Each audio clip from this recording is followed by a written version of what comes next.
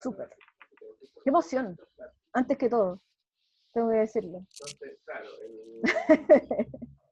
Sí, bueno, voy a, voy a tomar yo la palabra, pero voy a presentar a mi compañero Héctor, que es quien va a comenzar con esta primera parte. Eh, Héctor lleva mucho tiempo escribiendo para la gente de cine y además es un crítico que admiro profundamente. Así que felicidad de poder hacer esto con él. Y bueno, mi nombre es Alejandra Pinto, estoy escribiendo en el Agente Cine desde hace 3 años. Y lo que vamos a hacer hoy día es un poco transmitirles parte de la experiencia que hemos ido desarrollando respecto a la crítica, respecto al ejercicio crítico, en términos más prácticos, eh, para cuando se trata más que todo de poner en el papel. Esa es la mirada del módulo que vamos a hacer hoy día. Así que eso, no sé, sí, don Héctor. Eso, bueno, también un gusto verles, un gusto estar acá. Tenemos bastante entusiasmo, hemos tenido unas juntas muy enriquecedoras con la Ale para ver más o menos qué vamos a hablar hoy, así que va a ser un gusto compartirlo. Al tiro les comparto la pantalla y pongo el PowerPoint, pero por decir un poco cuál era nuestra inquietud o cuál era un poco nuestra idea con la clase de hoy y con la clase siguiente que nos toca, porque una de las cosas que hablamos con Ale, que a ambos nos ha tocado participar de talleres de crítica o dar también talleres de crítica en más de una ocasión, y tuve un problema con el Power. Esperan un rato que lo pongo, no, pero un poco nuestra idea o un poco lo que hablamos o reflexionamos un poco antes era que muchas veces los talleres de crítica o la forma de afrontar esto, con excepción de los que se dan, que hemos compartido con Ale distintos, los que se dan en festivales y que tienen que ver solo con juntar como a la crítica joven para hacer textos dentro de festivales, pero por lo general muchas veces los talleres de crítica se centran en el análisis de cine, que es algo en el que se está centrando justamente este taller, que está bien, es por supuesto lo primordial y es una de las primeras cosas en las que hay que poner atención a la hora de pensar para escribir sobre películas. Eh, pero un poco por la parte que nos tocaba con Ale, pensábamos que antes que la idea del análisis de películas, que es algo que iba a estar cubierto en otras secciones del taller, preferíamos pensar directamente, volcarnos a la crítica, a la escritura de manera directa. Por ejemplo, hablábamos, a propósito de las lecturas que les dimos, que en los talleres de crítica se da a leer poca crítica. Curiosamente, por extraño que suene, los talleres de crítica es muy normal que se den textos teóricos y no se den mucho críticas directamente para leer. Entonces, decidimos enfocarnos mucho en la crítica, en la escritura, en la lectura de las críticas, y en toda esa parte, sin obviar, por supuesto, la parte teórica y de análisis, pero también pensando que eso iba a estar cubierto por otras partes del taller. Así que en realidad lo que nos va a interesar hoy y lo que nos va a interesar en la otra clase que tenemos con Ale es directamente la escritura. Por lo mismo, hoy, a diferencia de otras partes del taller, vamos a hablar mucho menos de películas particulares como de textos que trataron de películas y así. Eh, Eso, ¿ven bien la presentación? ¿Sí? Ya, genial. Pero perfecto. Muchas Bacán. gracias. Entonces, ahí le voy adelante. Estoy medio pegado, pero...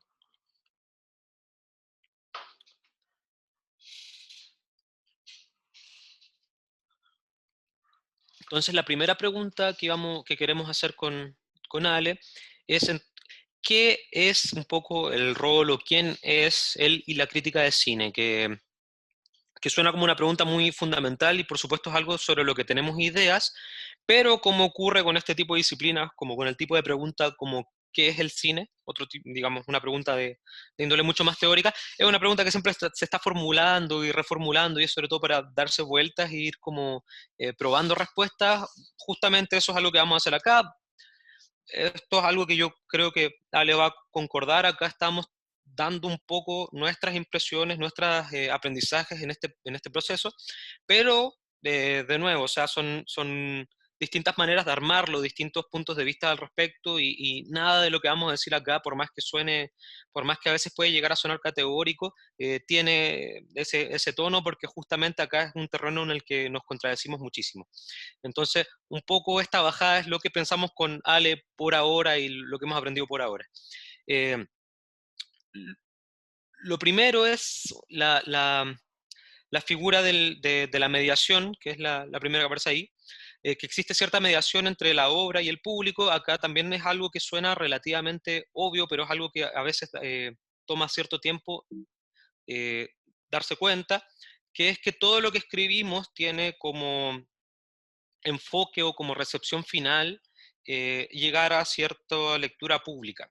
La escritura es algo privado, es algo que se piensa en privado y es algo que se organiza en general en solitario, y muchas veces uno puede escribir pensando de esta manera, pero todo tipo de escritura al final tiene como objetivo llegar a cierta idea pública. Por lo mismo la crítica, eh, al menos para mí,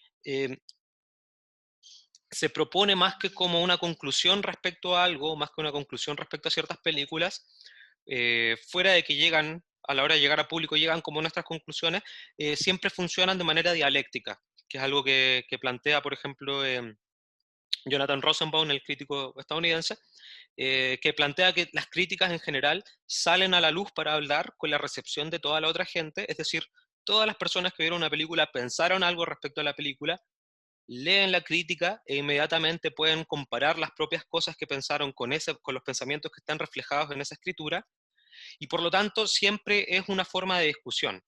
Eh, no siempre por oposición, puede ser por acuerdo, puede ser para reafirmar ideas con las que uno tenía intuición. Por ejemplo, es muy normal tener intuiciones extrañas respecto a una película, extrañas de una manera en que uno piensa, ok, yo creo que esta película va un poco por acá, pero quizás es una idea disparatada, y a veces pasa que uno se encuentra con una crítica que justamente está bajando esa idea disparatada y uno dice, ok, esa intuición al menos no era tan disparatada, tan única. Eh, eso creo que es una idea importante, pensar la crítica de manera dialéctica, que uno está proponiendo algo dentro del debate y dentro de la esfera pública, y ahí viene la idea de la mediación, pero sobre todo me parece importante en esa idea que, y esto de nuevo es como lo pienso yo, la mediación en ese sentido no tiene que ver con enseñarle o con servir de cierta forma de guía al público, digamos. También hay una idea común de que la crítica, la figura del crítico y la figura de la crítica, tiene que ver con mostrar el camino, con decir qué películas vale la pena ver, etcétera. Yo creo que esa es una función, si es que no inexistente, completamente secundaria, y sobre todo tiene que ver con cierto enfrentamiento de opiniones, enfrentamiento de ideas, que a la hora que salen a la luz pública están completamente expuestas y tienen cierta debilidad también. Eh, Uno escribe muchas veces de manera muy segura, uno empieza a escribir a partir de cierta certeza, pero la idea de que la crítica sale a la luz pública es todo lo contrario, es saber que lo que uno está escribiendo no tiene necesariamente que ver con la certeza. Eh, bueno, después habla de que parte de la labor tiene que ver con poner puntos en relevancia, que eso es algo que me parece que conecta mucho la crítica con la manera más común que tenemos de ver una película. Cuando vemos una película, para escribir una crítica, vamos identificando ciertas ideas que nos parecen relevantes, que no son necesariamente lo que reconocemos como las ideas más relevantes de la película.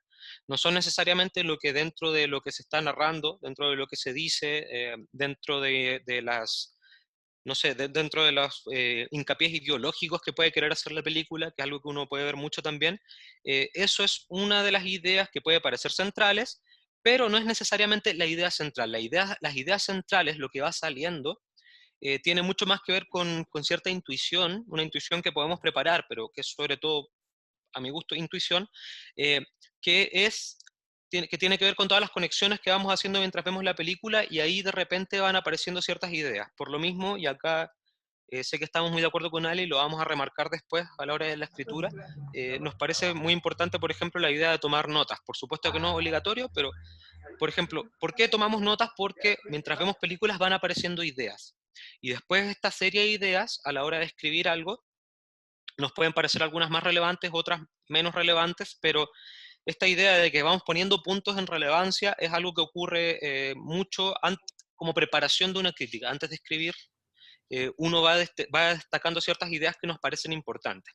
Por eso la idea del punteo mental, escrito como sea, pero la idea del punteo a la hora de ver una película para escritura se hace sumamente importante.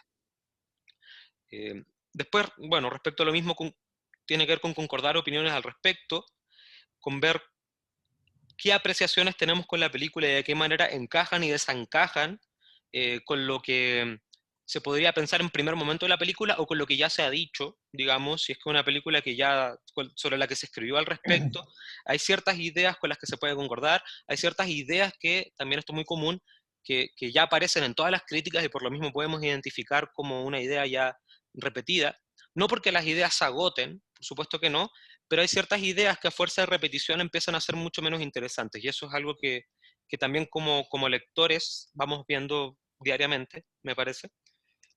Y él y la crítica deben permitir apreciaciones completas respecto a la película. O sea, después de leer una crítica que nos interesa, por supuesto, eh, lo que pensamos de la película debería resultar más completo. Más completo no en el sentido de que existe una interpretación digamos, única a la que tenemos que aspirar a completar, sino porque conocer ideas que ojalá se opongan o concordan con lo que teníamos que ver, siempre en esa tensión es importante, eh, lo que pensamos de la película debería hasta cierto punto cambiar después de haber leído la crítica. Y ahí entra de nuevo, por ejemplo, la idea dialéctica, se parece un poco al diálogo. Eh, hay, acá Víctor, por ejemplo, comenta que hay críticas preparadas pensando focalmente en los realizadores. Bueno, esta también es una idea muy, muy importante que vamos a hablar un poco después. Efectivamente, hay críticas que parten desde esa idea y que requieren cierto conocimiento anterior del autor o de la autora de la película, que también es un tema que nos parece muy importante y en el que vamos a profundizar un poco después. Pero efectivamente, también esa es una de las ideas que puede dar una idea, puede entregar una apreciación más completa de la película. Cuando se trata de un director o una directora que no conocemos bien, una crítica que entra desde ese lugar muchas veces sirve para posicionarnos, que es algo, creo, es una de las funciones comunes que cumple esto. Eh, Ahora iba a pasar a la siguiente idea sobre ser Daney, pero Ale, ¿te gustaría complementar algo? Sí, aquí es algo de lo que creo que con Héctor vamos a estar hablando harto, pero es súper importante desde nuestro punto de vista la acción de leer críticas de otros críticos. Eh, porque siempre nos enfrentamos a esta situación en la que de repente vemos una película y decimos, no quiero contaminarme, no quiero contaminarme con las ideas del otro, entonces como que voy a lanzarme a escribir desde lo, desde lo más profundo de mi cerebro virgen sobre la película que vi. Y resulta que muchas veces nos quedamos sin posibilidad de poder hacer el tercer punto que aparece aquí, que es concordar opiniones respecto respecto a lo que estamos viendo. O sea, tal como decía Héctor, hay muchas veces hay una película y surgen 20 críticas hablando de exactamente lo mismo, o más que hablando de exactamente lo mismo, ocupando la misma idea central para armar el texto, pero creo que es súper importante para uno como crítico poder tener esa amplitud de mirada sobre cuáles son las opiniones que estamos teniendo al respecto y de qué manera nosotros vamos a pulir nuestra pluma para, si es que vamos a hablar de lo mismo, eh, ¿De qué manera vamos a hacer que eso se ponga como en relevancia? Eso es lo que puedo en este rato. Es algo con lo que podemos pensar muchos ejemplos y quizás para la conversación podemos entrar más profundo en eso, pero claro, a mí me pasaba, por ejemplo, el año pasado respecto a eh, era Érase una vez en Hollywood, le iba a poner en América, Érase una vez en Hollywood, la de Tarantino, o Parásitos de Jung Wong, que eran películas en que los textos iban tan en concordancia, el primero respecto a la reescritura de la historia y la relectura del periodo hippie, y el segundo respecto a las relaciones de clase y las ideas de desplazamiento, que me parecía que incluso llegaba a costar mucho encontrar textos que tuviesen algo que decir muy interesante al respecto. No digo que no haya habido buenos textos respecto a esas películas, pero ocurre ese fenómeno a veces que se vuelve tan central una idea en general que los textos parecen redundar. Entonces, en ese sentido es importante a la hora de pensar los textos como diálogo, las críticas como diálogo, ver qué se dijo, ver qué se dice. También no solo las críticas, también con los amigos y las amigas. A mí me parece muy importante ver cuáles son las ideas que salen ahí. Pero bueno. Eh, Acá hay una idea, una frase para el bronce, por decirlo de una manera, de Serdaney, del crítico francés, a mi gusto uno de mis favoritos y de los que más me interesan, eh, que dice esta idea tan simple que para mí define mucho de qué significa esto, que es construir puentes en donde no los había. Esa es un poco su definición de la crítica. Eh, es de nuevo una idea que suena muy básica, es hacer conexiones donde no las habíamos pensado, pero me parece muy linda, entre otras cosas, porque ese es el gesto primordial, es el gesto instintivo que ocurre al ver películas. Digo, esto no es para nada patrimonio de las personas que escriben crítica, la idea de construir puentes donde no los había. Es algo que de manera instintiva alguien cuando ve una película la está comparando con o sin terminología técnica, la están comparando con las películas anteriores que ha visto, y cuando no logra notar que cierto elemento que ya reconoce se ocupa de manera distinta, o al revés, se ocupa como ya lo ha reconocido y lo ha visto mil veces, ocurre un efecto de crítica que es muy cotidiano y que no tiene de nuevo nada que ver con las personas que escriben crítica o no. Es algo que a mí me pasa saliendo a ver películas con amigos, con amigas, cuando veo películas con mi familia, cuando veo películas también yo, digamos, justamente hacer esa separación de que las conexiones principales que hago yo como crítico son tan distintas de las que hace cualquier persona. Justamente la idea de Daney me parece linda porque no. La crítica, el ejercer la crítica te puede ayudar a tener ese ejercicio de escritura, a tener cierta agudeza a la hora de buscar esas conexiones, pero esas conexiones aparecen como intuición y se le aparecen un poco a todo el mundo. O sea, en cierto sentido, la idea de Daney a mí me gusta porque también contradice un poco la cierta idea de especialización respecto a la crítica que al menos yo intento contradecir en varios sentidos. Eh, por eso el énfasis respecto al instinto a la hora de conectar y ver películas.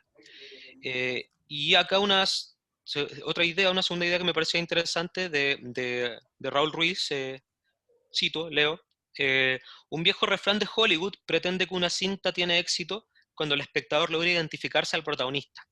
Es él quien conduce la acción, es él quien debe vencer. Yo creo más bien que en un film digno de ser visto, uno debe identificarse con el film mismo y no con sus personajes. Acá Ruiz también está hablando desde el punto de vista de un realizador. Por lo mismo esta idea de las películas dignas de ser vistas, etcétera, está haciendo cierto separación o cierto juicio respecto a un método o el otro, si se quiere. Pero me parece interesante esta idea, pensarla para la crítica, respecto a qué significa dejarse llevar por la historia, por la trama, por la identificación primaria que tendría que ver con los personajes.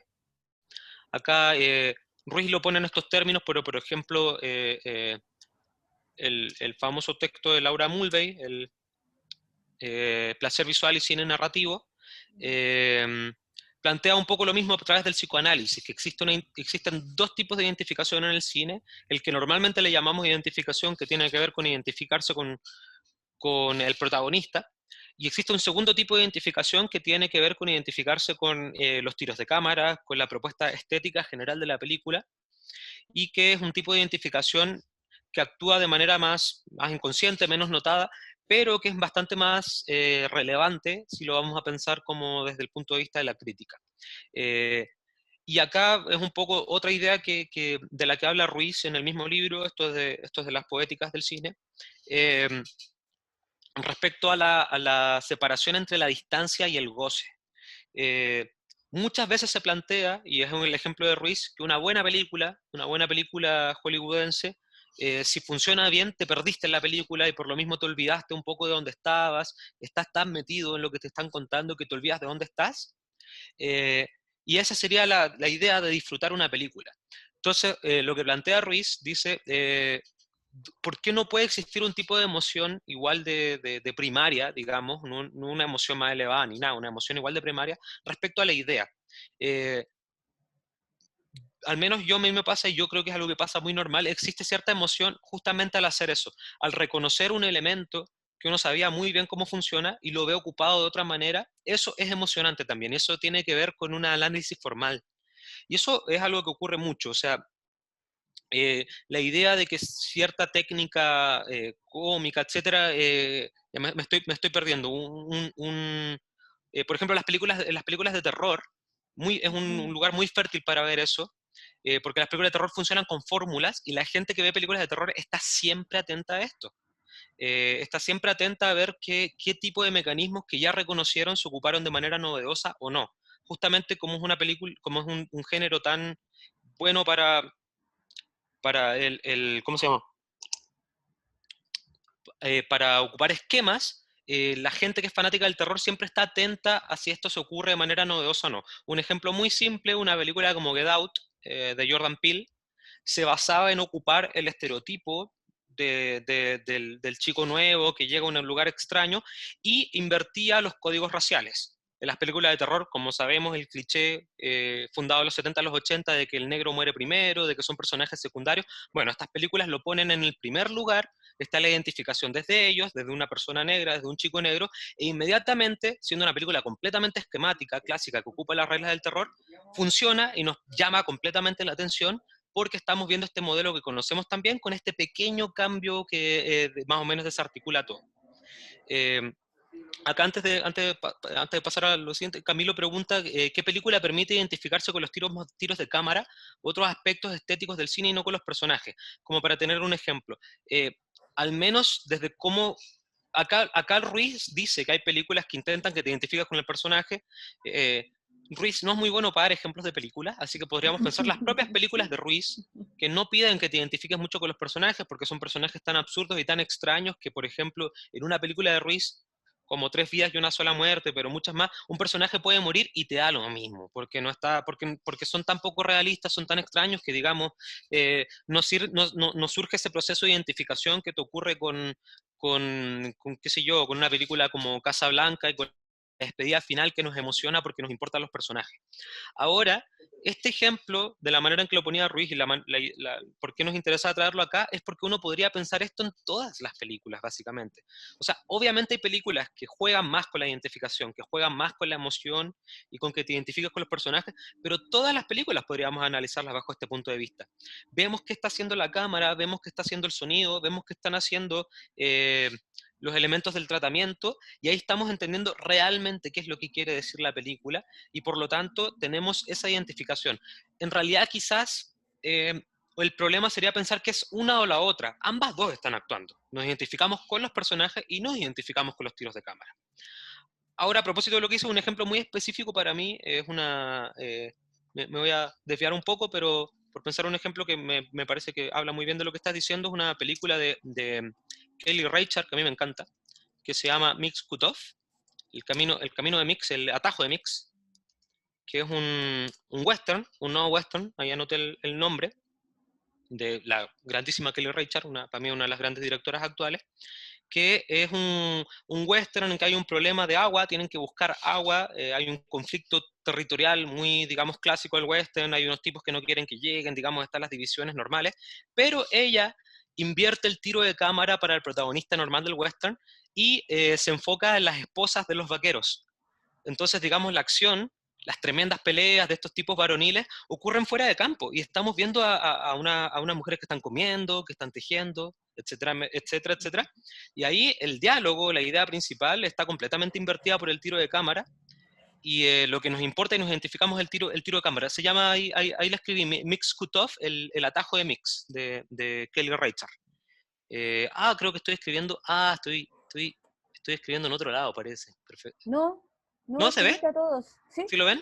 Ya, bacán. Sí, sí. Eh, Ese para mí es un ejemplo, pero yo creo que podemos pensarlo en muchos más. En general podemos identificarnos en las películas con el tiro de cámara y pensar la identificación en dos niveles, como dice Laura Mulvey. Tampoco es una o la otra. También nos identificamos con los personajes, pero podemos identificarnos con la idea total de la película. Y ahí tenemos un entendimiento más completo. No sé, Ale, ¿qué piensas de la distancia y el goce? El tema sobre asumir a una película como un órgano, porque al final es eso, es sentir que la película no es solamente sus personajes, no es solamente los tiros de cámara, no es solamente la historia que nos está contando, sino que es un organismo completo que se mueve, que respira de repente, incluso. Eh, yo pensaba en eso ahora y decía como, no sé, hay una película que es la última película que hizo Henry Fonda, eh, que no me acuerdo cómo se llama ahora, pero es la última y es la película con la que Henry Fonda tuvo un Oscar. La única película con la que tuvo un Oscar, de hecho, que es una cosa rarísima.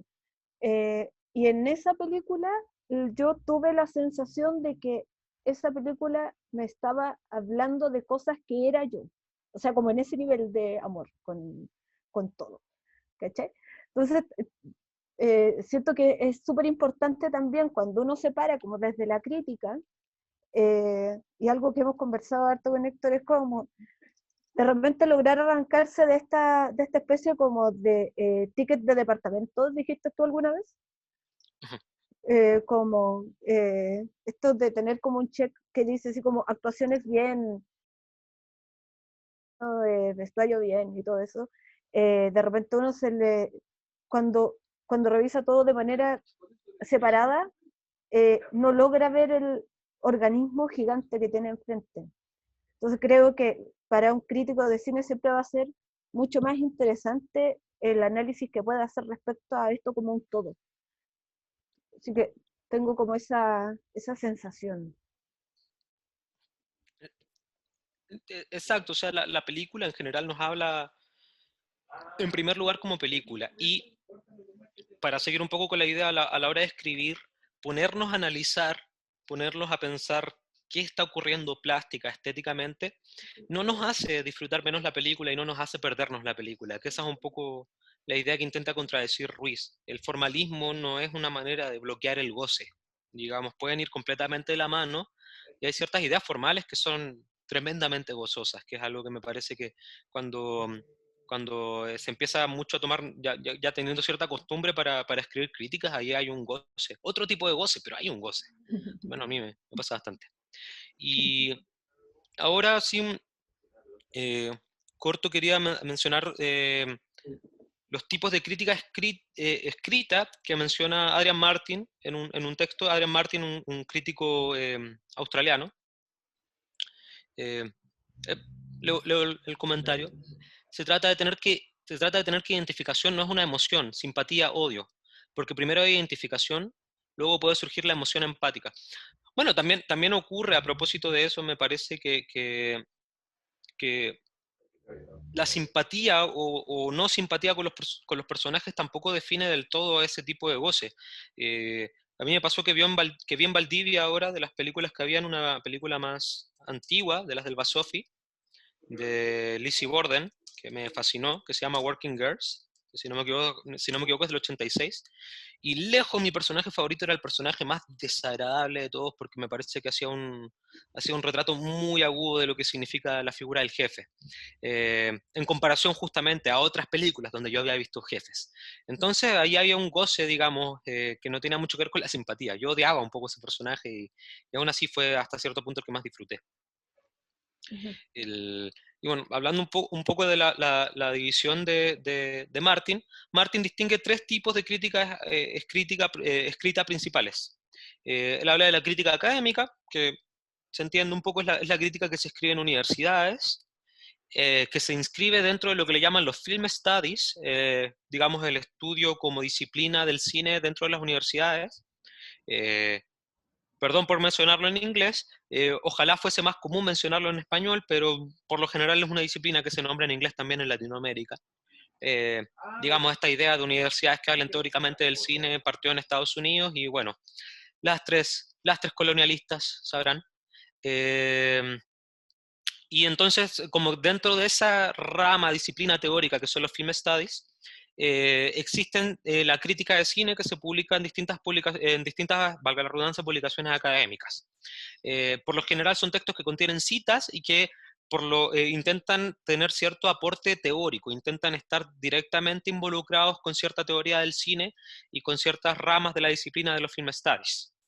Eh, Después existe una segunda categoría, dice Martin, que es la que uno entiende como así de buenas a primeras, como crítica de cine, eh, casi solo por razones económicas, porque de las tres categorías son por supuesto la gente que mejor les pagan, o en el caso, si comparamos con la segunda, casi los únicos que les pagan.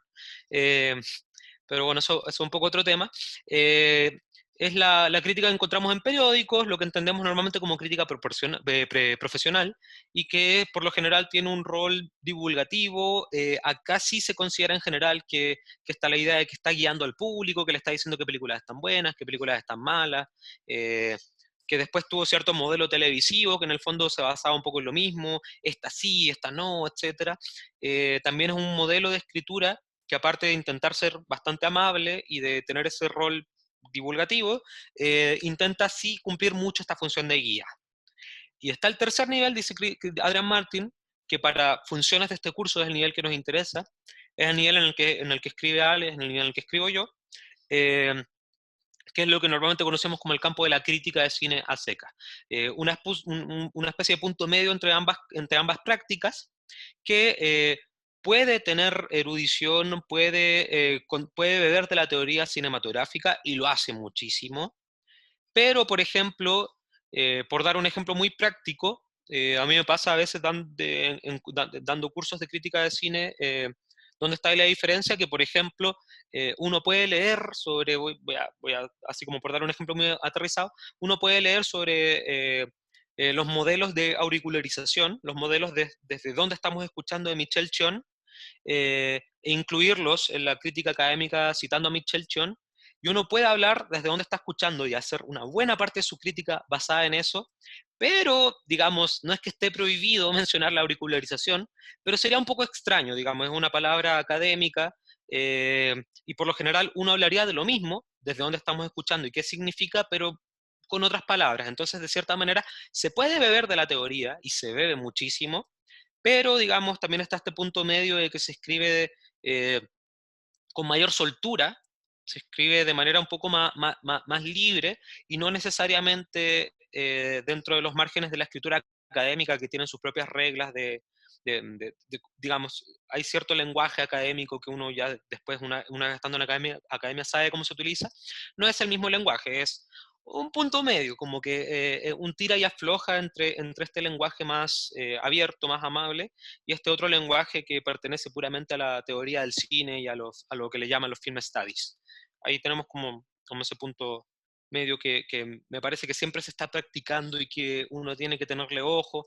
Eh, Ocurre mucho a veces que uno lee citas que son o demasiado como escritas a lo compadre y que terminan teniendo poco rigor en ideas por lo mismo, o al contrario, que son intrincadas por utilizar un lenguaje demasiado académico. Entonces, digamos, ahí buscando el medio funciona un poco lo que hacemos acá.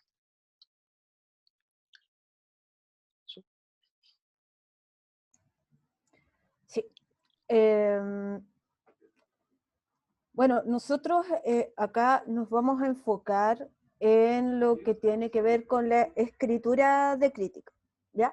Pero queremos de todas formas que consideren otros tipos de crítica que consideramos que se están dando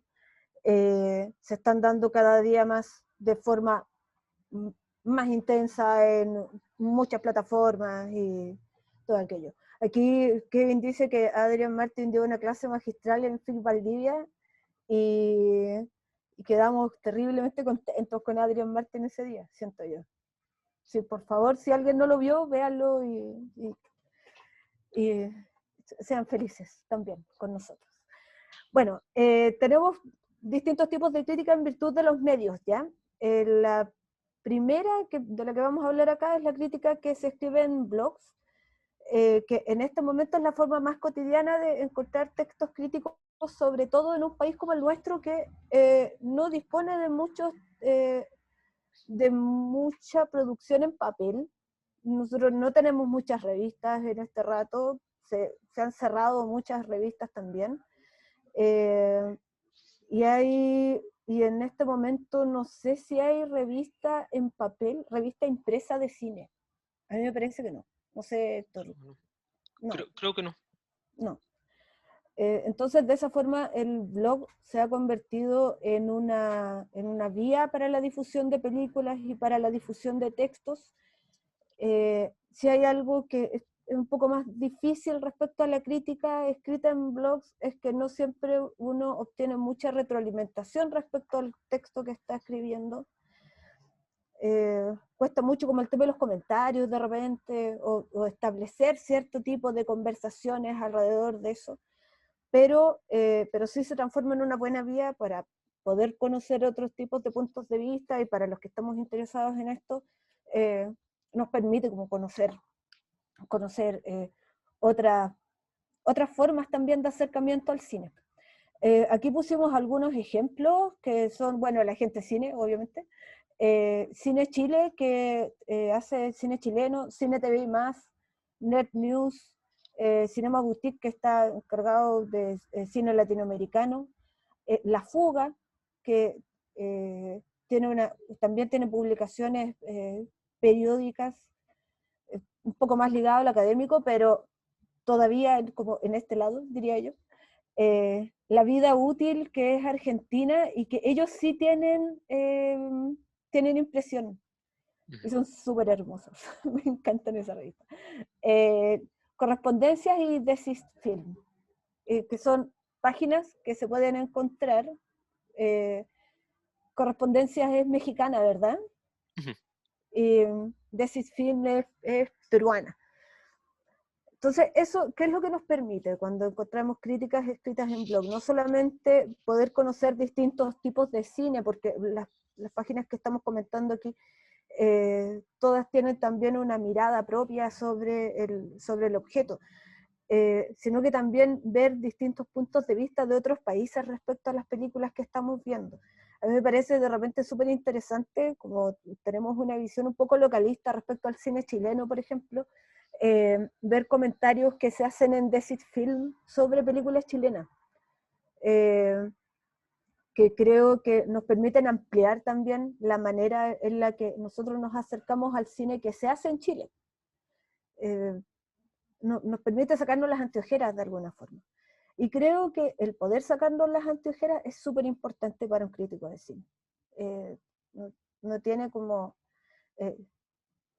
creo que la mejor posibilidad de poder ampliar la manera en la que nos acercamos al cine es precisamente leyendo la mayor cantidad de críticas, y en este caso tenemos como hartos ejemplos. Sí. Otro tipo de crítica de cine que me parece interesante es lo que tiene que ver con el podcast. Bueno, se puede acceder a ellos a través de soportes como Spotify, iTunes, SoundCloud, y tienen interfaces que son súper amigables, y en este rato, honestamente, cualquiera con un teléfono y un micrófono puede hacer su propio podcast de comentarios de cine. En este caso sí se tiene una mayor interacción con los auditores. Por ejemplo, la misma plataforma de SoundCloud permite que las personas, a medida que van escuchando, puedan ir comentando lo que están escuchando, y eso en muchas ocasiones permite también discusión sobre los temas que se están planteando. Acá pusimos como ejemplo Civil Cinema, que tiene, yo creo que son como los padres del podcast de cine en Chile, tienen como 350 capítulos ya arriba.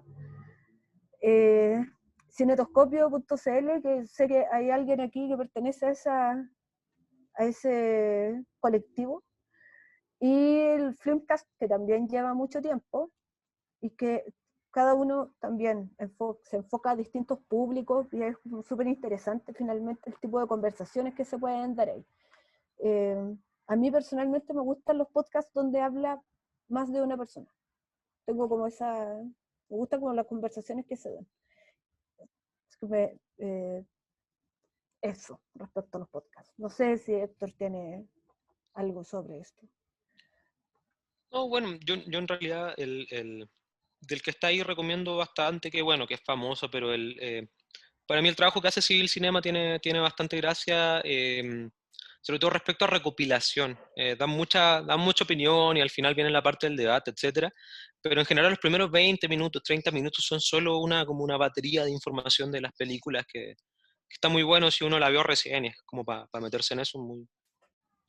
Y aparece Taipei Story de Edward Young, lo escuché hace poco, me encanta esa película y aprendí mucho sobre lo que estaba haciendo Young, así que genial.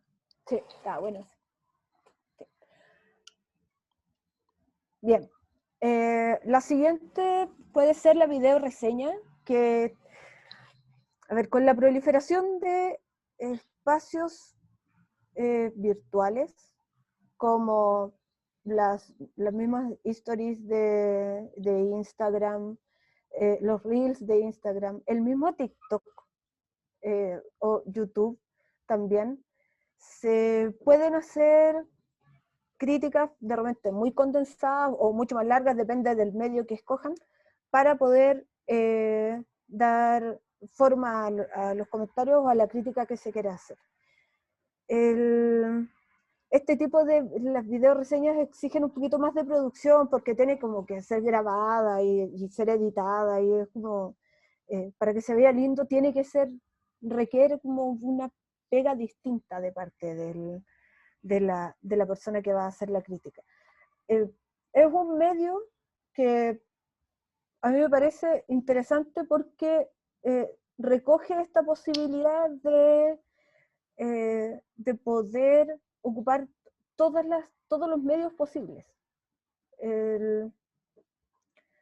Y por lo tanto, si hay alguien que en realidad se siente más cómodo hablando frente a una cámara que escribiendo, me parece una súper buena opción. No es mi caso, en ningún caso. Así que, pero no es por eso es importante dejarlo como puesto. Y bueno, y lo otro, que es el video ensayo, que es una presentación elaborada de determinados puntos a revisar, mediante el visionado de escenas o fotogramas y comentarios sobre esto. Aquí tenemos, por ejemplo, el ejemplo de The Film File, que está en Instagram y que desde hace poco empezó a hacer colaboraciones con el agente cine, y una página súper interesante que se llama Every Frame is a Painting, que está en YouTube, que es una página, o sea, es un canal que está en inglés, pero el análisis que hace sobre cine me parece súper importante, sobre todo cuando uno está como tratando de descubrir el misterio, si es que se quiere, llamémosle como descubrir el misterio de por qué de repente me gusta tal fotograma, o por qué este tipo de planos me atraen tanto. Este tipo de video ensayos le permiten a uno como acercarse, desmitificar la cosa técnica y poder como acercarse acercarse a esto que yo llamo la cosa misteriosa del cine. Efectivamente RIP, porque murió como el 2016, creo, era un gran canal.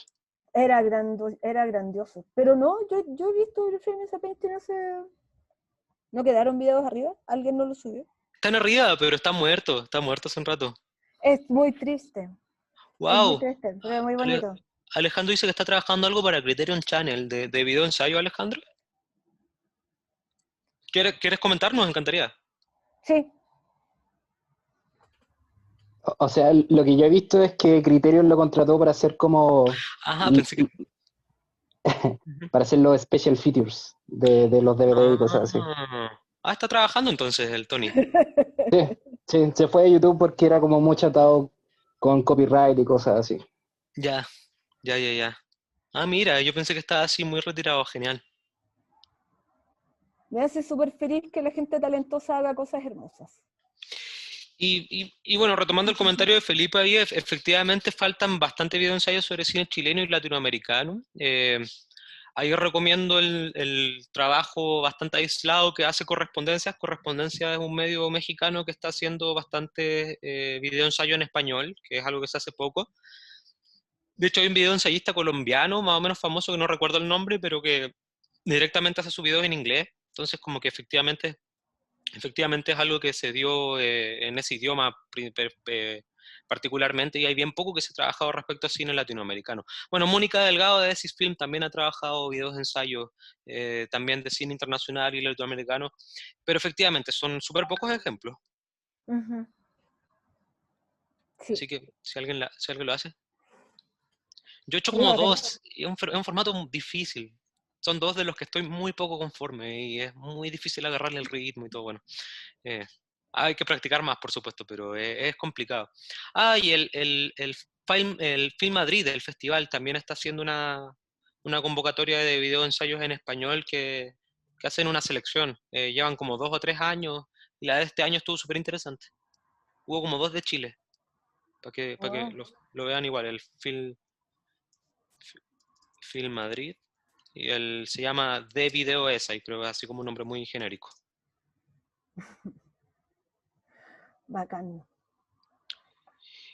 bacán. Y bueno, Felipe, agregaría una forma residual de crítica, los hilos de Twitter, donde se van comentando patrones de secuencia y composición de escena. Sí, igual ahí,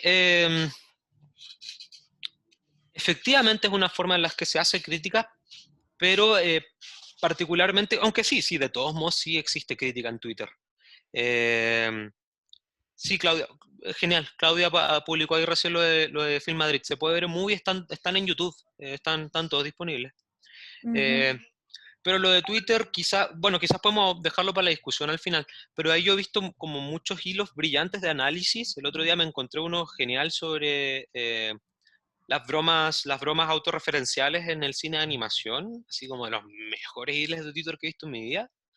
A mí que me gustan mucho los monitos.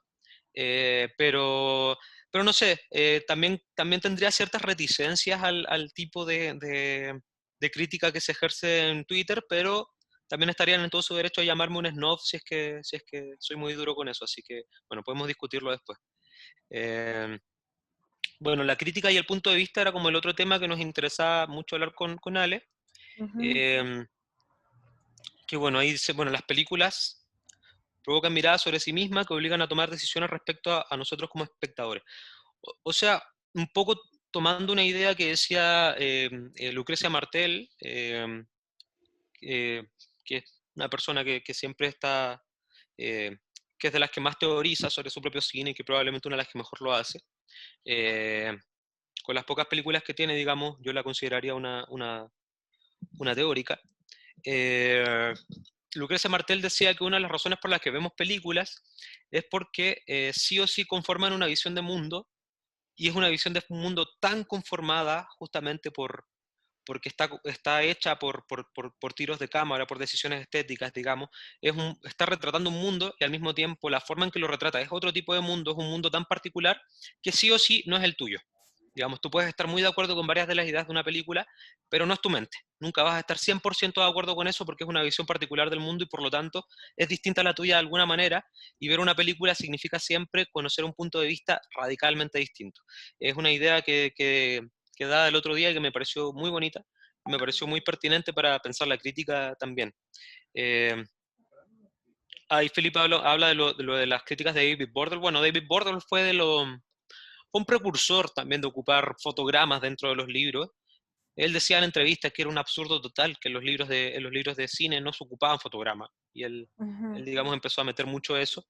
Y bueno, efectivamente, creo que da para pensar también cómo es ese tipo de crítica, pensando con las imágenes e incluso haciendo listados no sé, da para bastante. Bueno, que la crítica del cine se basa en busca el sentido, el desarrollo un poco del primer impacto, no sé, La Ale, curiosidad, por favor, eso. la curiosidad. Ayúdame a Sí, desarrollar ahí. sí, lo que pasa es que esto es un tema que nos inquietaba mucho con Héctor cuando estábamos hablando, porque ¿cuál es la mirada que tenemos que tener frente a las películas? Esa era como la primera pregunta, ¿sí? Como, ya, como yo me paro frente a una película, como un bebecito recién nacido de repente, como uno se siente. Eh, Creo que la curiosidad es fundamental acá. Eh, Más que ver una película de repente decir como, no, si yo ya sé cómo dirige este caballero, pensar en qué cosa me puede ofrecer y con qué cosa pueden sorprenderme. No es que quiera que siempre me sorprendan las películas, no es que eso estemos esperando siempre, sino que enfrentar a las películas de manera curiosa para ver qué es lo que nos pueden entregar, porque tal como decíamos en otro lugar, todas las películas nacen iguales, como decía Truffaut. Todas las películas nacen iguales y por lo tanto tenemos que darles esa posibilidad de que nos muestren algo, de poder como enfrentarnos a ello como desde ahí, más que desde la curiosidad, más que desde esta forma de decir, no, sabéis que yo ya sé de qué te trata, ya sé que todas las comedias románticas hacen esto, ya sé que en las películas de autitos todos los autos chocan. La idea es como poder enfrentarla, o sea, no en blanco, porque nunca vamos a poder enfrentarla en blanco, eso lo vamos a ver después, pero sí poder enfrentarlas con curiosidad.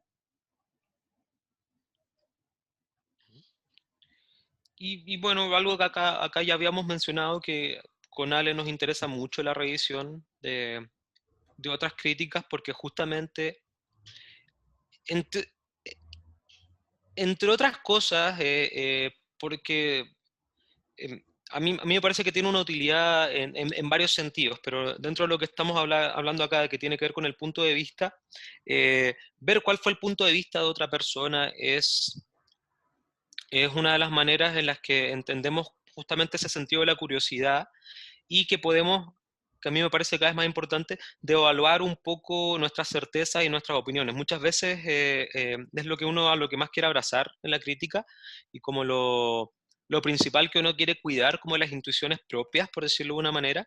Y cada vez me parece más rico mostrarse muy abierto a que esas cosas tengan poca validez y que en el fondo uno esté balbuceando un poco, que es una idea que a mí me gusta, uno balbucea y hasta ver un poco qué dijo el resto, recién podemos empezar a afirmarnos. Por oposición o por concordancia, o sea, podemos ver ideas que tienen que ver con lo que dijimos y también podemos oponernos a ideas, que es otra idea, que es otra forma muy importante de por qué es importante leer críticas de ajenas. Eh, Acá incluso yo agregaría las críticas, pero también agregaría la conversación. O sea, yo que soy militante del cineclubismo, he sido parte más de un cineclub, eh, lo más interesante que pasa en los cineclubes es terminar la conversación y darse cuenta que las ideas que uno tenía sobre una película eran bien poco. O no poco, pero realmente existían o realmente tenían cierta mayor interés a la hora de ponerse contra el resto. Eh, Hacemos harto hincapié con esto porque me parece que nos interesa harto con Ale que este trabajo que parece tan solitario funciona solo de forma dialéctica, funciona solo en diálogo con lo que está haciendo el resto. Eh, si no, ¿para qué? Digo, también es una de las razones por las que nos gusta ver películas, para conversarlas. Sí. Eh, Sobre eso hay una idea que me gusta mucho, que no es, bueno, sí, es de alguien que hizo una película de Stephen King, que dice que encontrar las ideas es como hacer arqueología. Entonces lo que hace es eh, limpiar con su brochita en la tierra para poder encontrar la idea de la que va a hablar y todo eso. Y de repente la conversación con otros la lectura de otros permite que se iluminen ideas que uno tenía que no sabía bien cómo expresarlas también. O sea, esta cosa como de la búsqueda de la idea súper original acerca de una película, no tiene tanta importancia como lo que pasa cuando de repente uno dice, chuta, tengo como esta sensación, pensemos como en Parásitos, en la película, en Parasite. Tengo esta sensación acerca del padre y no sabes cómo desarrollarla y de repente estás conversando con alguien y ese alguien dice una cosa y ¡pah! Te da un destello. Te da un destello y logras como rearmar tu idea y logras como generar el texto que querías generar. Creo que por eso es tan importante al final, porque estos destellos y estas como espacios son los que permiten el conocimiento y creemos profundamente en el cine como una vía para el desarrollo del conocimiento. Entonces, poder como reconocer estos puntos en común y confiar en la experiencia de otros como para poder reconocer también cuáles son las ideas que tú quieres plasmar, te permite como conocer mejor tu punto de vista y poder cambiarlo también, que esa cuestión también es muy bacán. Espera, ¿Stephen King hizo una película? Hizo una película que es una cosa rarísima sobre unos camiones que se vuelven demoníacos. Camiones demoníacos, no son conductores de camiones, son camiones demoníacos. Wow, no tenía idea. ¿Cómo qué año? No me acuerdo qué año, pero tiene banda sonora de AC/DC. Wow, ok. Después busco Vas a, eso porque estoy muy vas a curioso. flipar, vas a flipar. En serio. Bueno, el poder definir un punto de vista permite a la vez poder casarse con una idea, que no sé si es bueno casarse con una idea, ¿ya? Pero sí como definir como, ya, desde aquí me voy a parar para hablar de esta película. En las críticas que vamos a ver después y que les dejamos a ustedes para lectura se ve como esta decisión de decir, ¿sabes qué? Voy a hablar como desde aquí sobre todo esto. Frente a películas que tienen muchas ideas para poner en relevancia, podemos escoger una o varias, intentando mantener un corpus que le dé coherencia a nuestro texto. Hay textos que deciden hablar como de la película sobre todo. Hay textos que dicen que van a hablar sobre la forma en la que la niñita se trenza el pelo en determinada escena, y de ahí paran su tesis. Es todo súper válido, pero sí hay que poder definir desde dónde me voy a parar para poder escribir o para poder hacer la crítica. Esa decisión nos va a permitir responder si profundizo en la idea o si hago un barrido general por todas las ideas que surgen. En realidad es decisión de ustedes en la medida que están escribiendo. Sí, toda esa idea de discernir a mí me parece importante. Le comentaba a Ale como cuando conversamos antes de organizar para lo que hablábamos acá, que en uno de los talleres de crítica que me tocó para un festival, lejos el momento más feo que me tocó, que es un tipo de pedagogía que no defiendo porque me parece cruel, pero sí me hizo aprender mucho, que era un profe que leyó una de las críticas que hice que tenía que presentar para el festival, como que leyó algo, movió la cabeza y suspiró como de frustración de ese tipo, y la borró entera, borró un párrafo entero, yo no lo podía creer, o sea, como una cosa de unas cuantas líneas que me costó armar, etcétera.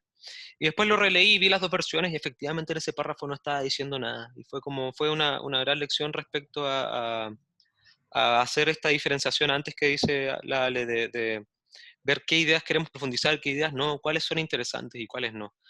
Porque muchas veces se puede escribir un poco en automático sobre algunas ideas, así que es un buen ejercicio. Y bueno, otro tema que nos interesaba mucho hablar con la Ale, que conversamos harto antes, que es que el ejercicio crítico tiene su base en la comparación con otras experiencias. Es un poco lo que mencionaba hace un rato respecto a los géneros, pero es algo sobre lo que es importante destacar que a veces se nos puede olvidar. El instinto, la intuición de cuando algo no nos gusta en una película casi siempre está basado en en el reconocimiento de algún aspecto casi siempre formal que está siendo utilizado de una manera que no nos gusta. Qué sé yo, no tiene por qué ser siempre formal, también pueden decir algo que ideológicamente no estemos de acuerdo o algo así, pero eso es uno de los aspectos, pero por lo general, la frustración más típica que ocurre, por ejemplo, con las comedias que no dan risa, tienen que ver con la identificación de ciertos mecanismos que sabemos que ya conocemos demasiado bien y por lo mismo como la comedia es uno de los géneros que funciona a través de la sorpresa, no nos causa la gracia porque conocemos también esos chistes, esos mecanismos que no nos resultan graciosos. Lo mismo puede ocurrir con el terror, que nos deja de dar miedo después de conocer ciertas reglas. O sea, el género es probablemente el lugar más fértil para pensar estas cosas y es donde uno puede estar más atento. Las películas de género, los musicales, los westerns, las comedias, la comedia romántica, el terror, funcionan bajo un piso de reglas establecidas y por lo tanto estamos atentos a ver qué ocurre con eso o no. Por ejemplo, una película como Johnny Guitar de Nicolas Ray, un western, no recuerdo el año, ¿vale? ¿Sabes más o menos qué año es? No. Entonces lo dejo por ahí, pero Johnny Guitarra es una película que inmediatamente llamó la atención por ser un western protagonizado por Joan Crawford. Era un western protagonizado por una mujer. eh, no había ocurrido antes y ocupaba todas las reglas del western. O sea, era una película hasta cierto punto bastante convencional. Bueno, tiene algunos momentos loquillos que en realidad nada que ver, pero desde la presentación era una película completamente convencional y aún así uno la ve y la encuentra la cosa más extraña del mundo. Porque tienes una regla que reconociste completamente y cuando tienes una regla tan bien conocida, basta mover uno o dos cabos para que dejen de llamarte la atención. Que es algo, por ejemplo, que para mí tiene que ver con lo que decía la Ale hace un rato respecto a intentar adivinar las películas o intentar decir, ok, yo reconocí este territorio, sé hacia dónde me van a llevar y después que te contradigan. Es una de las sensaciones que más me gustan cuando uno cree que es más inteligente que las películas y las películas te pueden demostrar lo contrario. Eh, yo pienso en una película como Drift. Yo cito muchas películas random porque, bueno, así pienso un poco, perdón. Drift de Lena Wittman, una película que yo vi en el Frontera Sur, que es una película, no sé, son dos amigas que están conversando, una película muy naturalista, distante, cotidiana, como que vamos a ver un poco el cotidiano de estas dos amigas que hablan. eh, pero en cierto punto, van 30, 40 minutos, yo la película estaba buena, me había gustado, pero digamos, sabía para dónde iba. Y una de ellas toma un viaje, porque una de ellas es argentina y vuelve desde Europa, donde están, para Argentina, y toma un viaje en barco. Y la película son 40 minutos del viaje en barco y muestran las olas y es con unos bajos así gigantes. Y se vuelve una película así abstracta, experimental, pero que no tiene absolutamente nada que ver con todo lo que yo estaba viendo. Y ahí me pasó que yo intenté ser más inteligente que la película. Yo la estaba viendo, le saqué el rollo. A los 20 minutos sabía para dónde iba y no sabía para nada para dónde iba.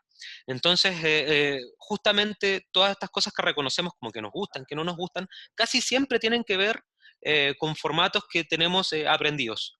Eh, entonces, esto es algo muy fácil de reconocer en el cine de género, pero también fuera del cine de género. Muchas veces el goce de las películas está basado en eso y estamos atentos a estos cambios, a estos pequeños cortocircuitos que cambian cosas que ya habíamos visto. Que esto es algo que a mí me parece que es muy útil a la hora de tomar notas en crítica. Cuando uno reconoce algo de ese tipo, casi siempre está la intuición de que se está ante algo especial y por lo mismo es algo a lo que hay que tomar la atención. Y ahí uno funciona. Ahí Felipe, por ejemplo, comenta que Scorsese habla de haberse inspirado solo en un comentario la inversión de colores en Johnny Guitar. Bueno, justamente Johnny Guitar es una película que tiene colores muy particulares. ¿Y por qué tiene colores particulares? Porque ya conocimos los otros colores no particulares. Entonces, siempre funciona un poco en ese nivel. Todas estas cosas que nos llaman la atención y nos parece que tienen este efecto de novedad y por lo mismo de interés, de nueva información, es porque ya reconocimos el anterior, ya tenemos aprendidas ciertas reglas y cuando nos cambian una de estas nos empieza a parecer curioso, nos empieza a parecer peculiar. Eso es algo que me parece que es algo a lo que se puede estar muy atento. Y bueno, ¿cuál es el punto de vista, la imagen mental con que nos enfrentamos a las películas que vemos? Bueno, lo de la imagen mental a mí me parece un tema muy interesante a propósito de confrontar lo que pensamos con otra gente, porque viendo una película uno siempre tiene siempre va armando esa imagen mental. Es imposible recordar la película tal cual como es imposible recordar realmente de manera vívida, a menos que hayamos visto varias veces una escena, es imposible recordarla tal cual como es. Eh, y justamente lo que hacemos es una imagen mental general que va sacando distintos como conceptos, momentos de la película. De cierta manera, hay que tenerle cierta desconfianza a las impresiones que tenemos de la película, o abrazar esa desconfianza quizás, pero saber que la imagen mental que tenemos de la película puede no corresponderse con la película, y por lo mismo, justamente va a ser tan importante después el momento de la puesta en común, de leer al resto, de hablar con el resto, etcétera. A mí me ha pasado, más que nada escribiendo textos académicos, no escribiendo crítica, de escribir mal una escena. Me ha pasado más de una vez, poner, bueno, parte con un zoom in, etcétera, bla, bla, bla, bla, bla, bla. Pongo la escena para comprobar y era un zoom out, así directamente era el mismo movimiento en contrario. Esto ocurre muchísimo. Eh, Antes, cuando no podíamos ver las películas de nuestro compu, era más común todavía. Un crítico tan importante como André Bazin tiene películas mal descritas en sus libros.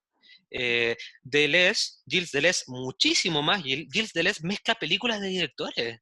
Empieza a hablar, bueno, en esta película de Zika y está hablando de otra película. Entonces, digamos, la memoria, la imagen mental de las películas es una cosa a la que también hay que aprender a querer, digamos, también está muy bien lo que ocurre ahí, pero no es la película. Y digamos, las películas siempre funcionan un poco de esa manera. Por lo mismo, de nuevo, el hincapié que ponemos en la puesta en común. Yo quiero agregar solamente respecto a esto, es que esto se da demasiado en las películas de terror.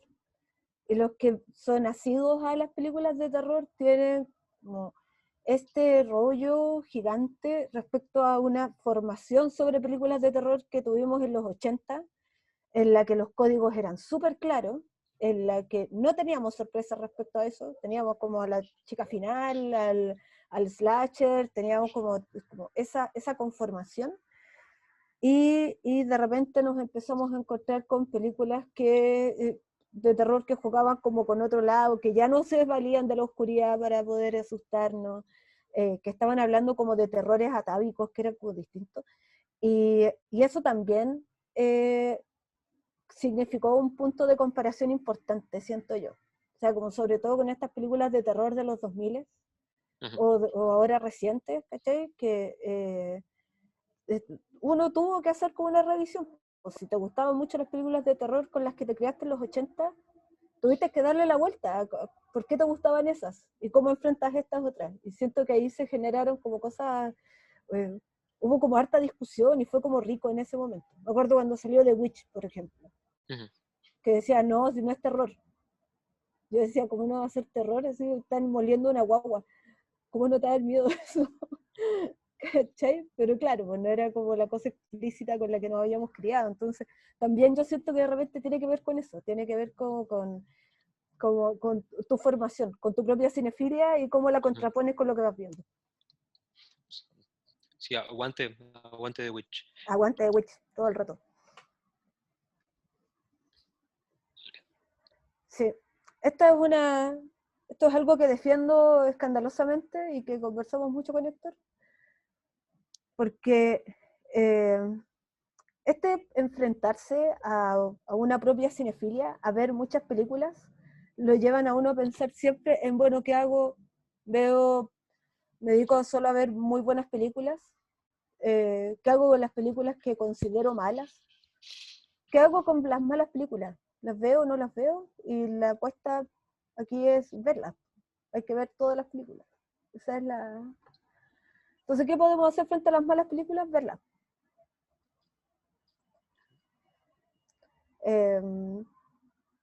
¿Y por qué? Y esto es como... hay una especie de sacralización del cine que nos lleva a considerar cierto estatus, cierta forma de ver, que nos exigen también cierta manera de aproximarnos a las obras y, insisto, con una mirada como un poco de repente inocente frente a lo que nosotros podemos hacer como críticos. Asumimos que hay cierto tipo de películas que despreciamos porque no tienen que ver con lo que nosotros queremos hacer o con lo que nosotros queremos comentar. Ahora hace poco Vicente Monroy sacó un libro que se llama Contra la cinefilia, y dice que para el cinéfilo el cine es mucho más que una serie de películas aisladas, es un gran mundo que se traslada de película en película dentro y fuera del campo de lo visible y que está dotado de consistencia propia. Es un mundo mejorado, fabuloso, que comparte algunas cosas con el nuestro, pero que también lo excede. Y frente a eso, frente a esa mirada sobre el cine y esta manera como perfectible que tenemos de repente de ver el mundo a través del cine, es que muchas veces siento yo que no nos acercamos a las malas películas porque nos están mostrando un mundo imperfecto que no es el mundo que estamos buscando en la pantalla. Y ahí es donde yo planteo la pregunta y no sé si de repente alguien quiere comentarlo también. Yo me pregunto si las malas películas no nos están hablando de repente de un mundo que no aceptamos. Y en algún minuto lo comentamos en otro taller, y era como, pelamos caleta a la Rápido y Furioso, y de repente es porque no tenemos ganas de asumir o de suponer que el mundo está lleno de chicos que quieren andar en autos tuneados y terriblemente, con mucha misoginia y todo aquello. No sé, ¿qué opinan ustedes? ¿O qué opina Héctor? ¿O qué opina alguien?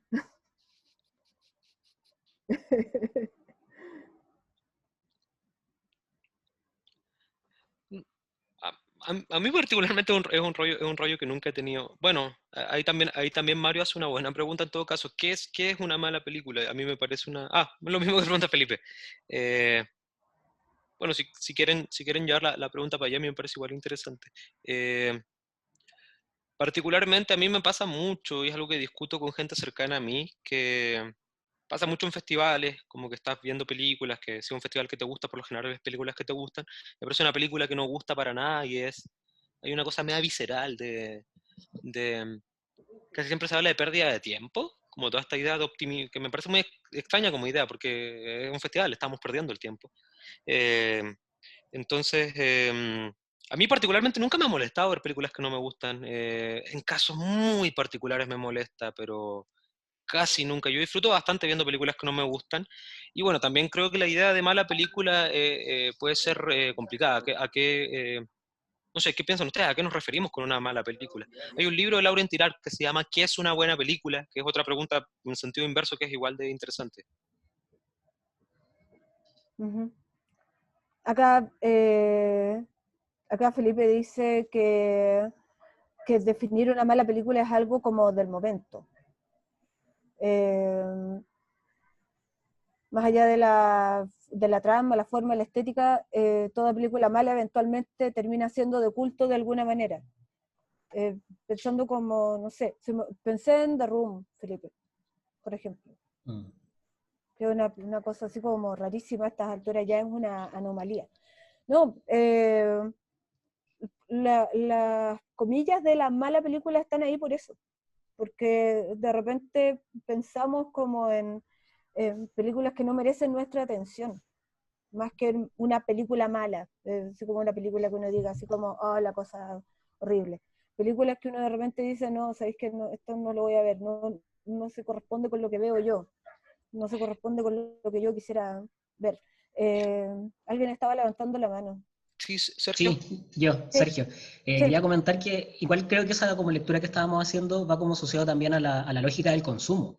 Y al fin y al cabo, cuando uno paga o compra algo, siempre compra lo que le gusta. Entonces, cuando vemos la película con esa mirada, de alguna forma tenemos esa expectativa de que nos termine gustando, y lo conecto con lo que decía Héctor, de que después lo sentimos como una pérdida de tiempo. Pero para nosotros como oficio de crítico o a los que nos gusta ver películas, en ocasiones es súper necesario ver películas malas, porque son nuestro parámetro también para hacer los contrapuntos, para plantear otras reflexiones o para tener claro qué es lo que queremos en una experiencia cinematográfica. Entonces, creo que igual es interesante hacer ese debate porque es una discusión que por lo menos desde a las personas, muy simple, así como las personas que nos gusta ver cine, y más ahora con las plataformas de streaming, en donde como que invisibilizamos una gran cantidad de películas porque ese director no me tincó, porque ese tema no me gusta, y sacamos una cantidad gigantesca de material audiovisual que nos farriamos ver esa historia.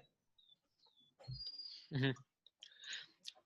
Sí. Sí, yo a propósito de eso me acuerdo una vez que vi una charla de Nanni Moretti cuando vino para acá, y Moretti decía que ver películas que no le gustaban, ver películas que él consideraba malas, era una frase que en realidad no tiene tanto que ver, pero me parece que se puede reinterpretar, que él decía que ver películas malas para él era utilísimo para hacer guiones, para escribir guiones, porque podía identificar justamente modelos y cosas que podía decir, ok, este elemento que está acá no me agrada, por lo tanto no lo ocupo, funcionando a exclusión, pero que no era útil para dirigir.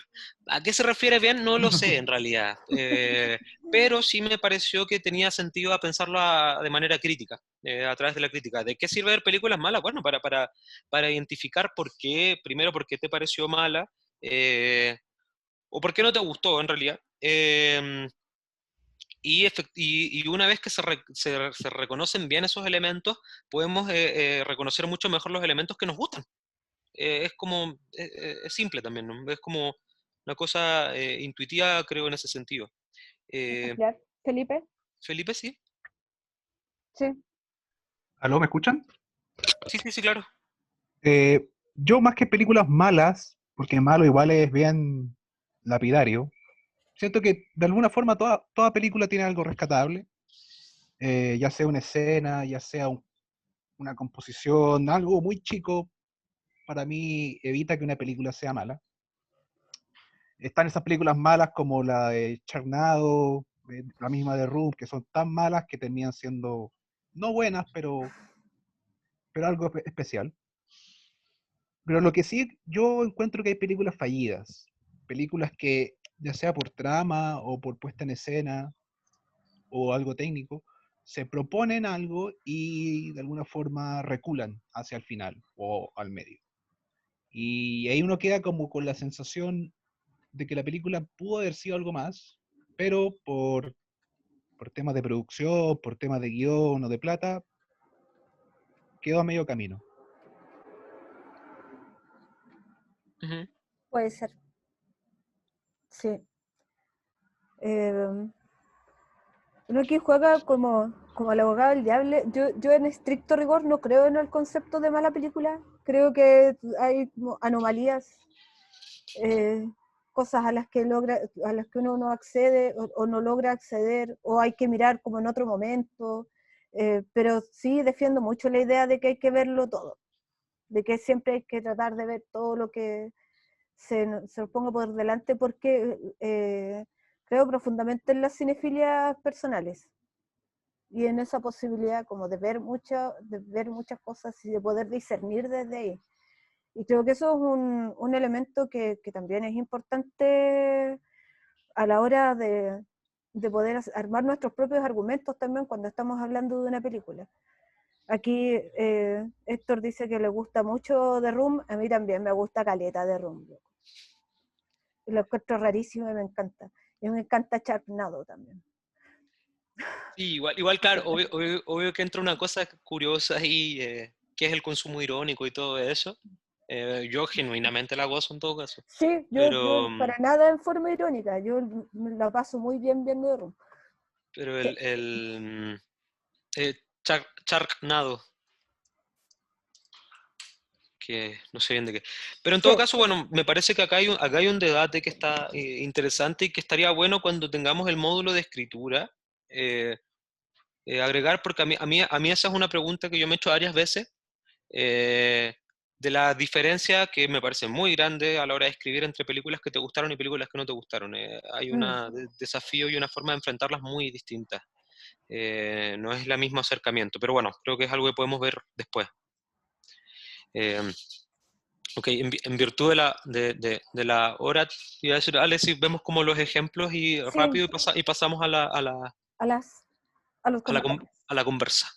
Sí, Eh, ah, me falté acá. Pero bueno, va un poco lo sí, mismo. sí. ¿Qué es ¿Qué nos eso? produce las películas?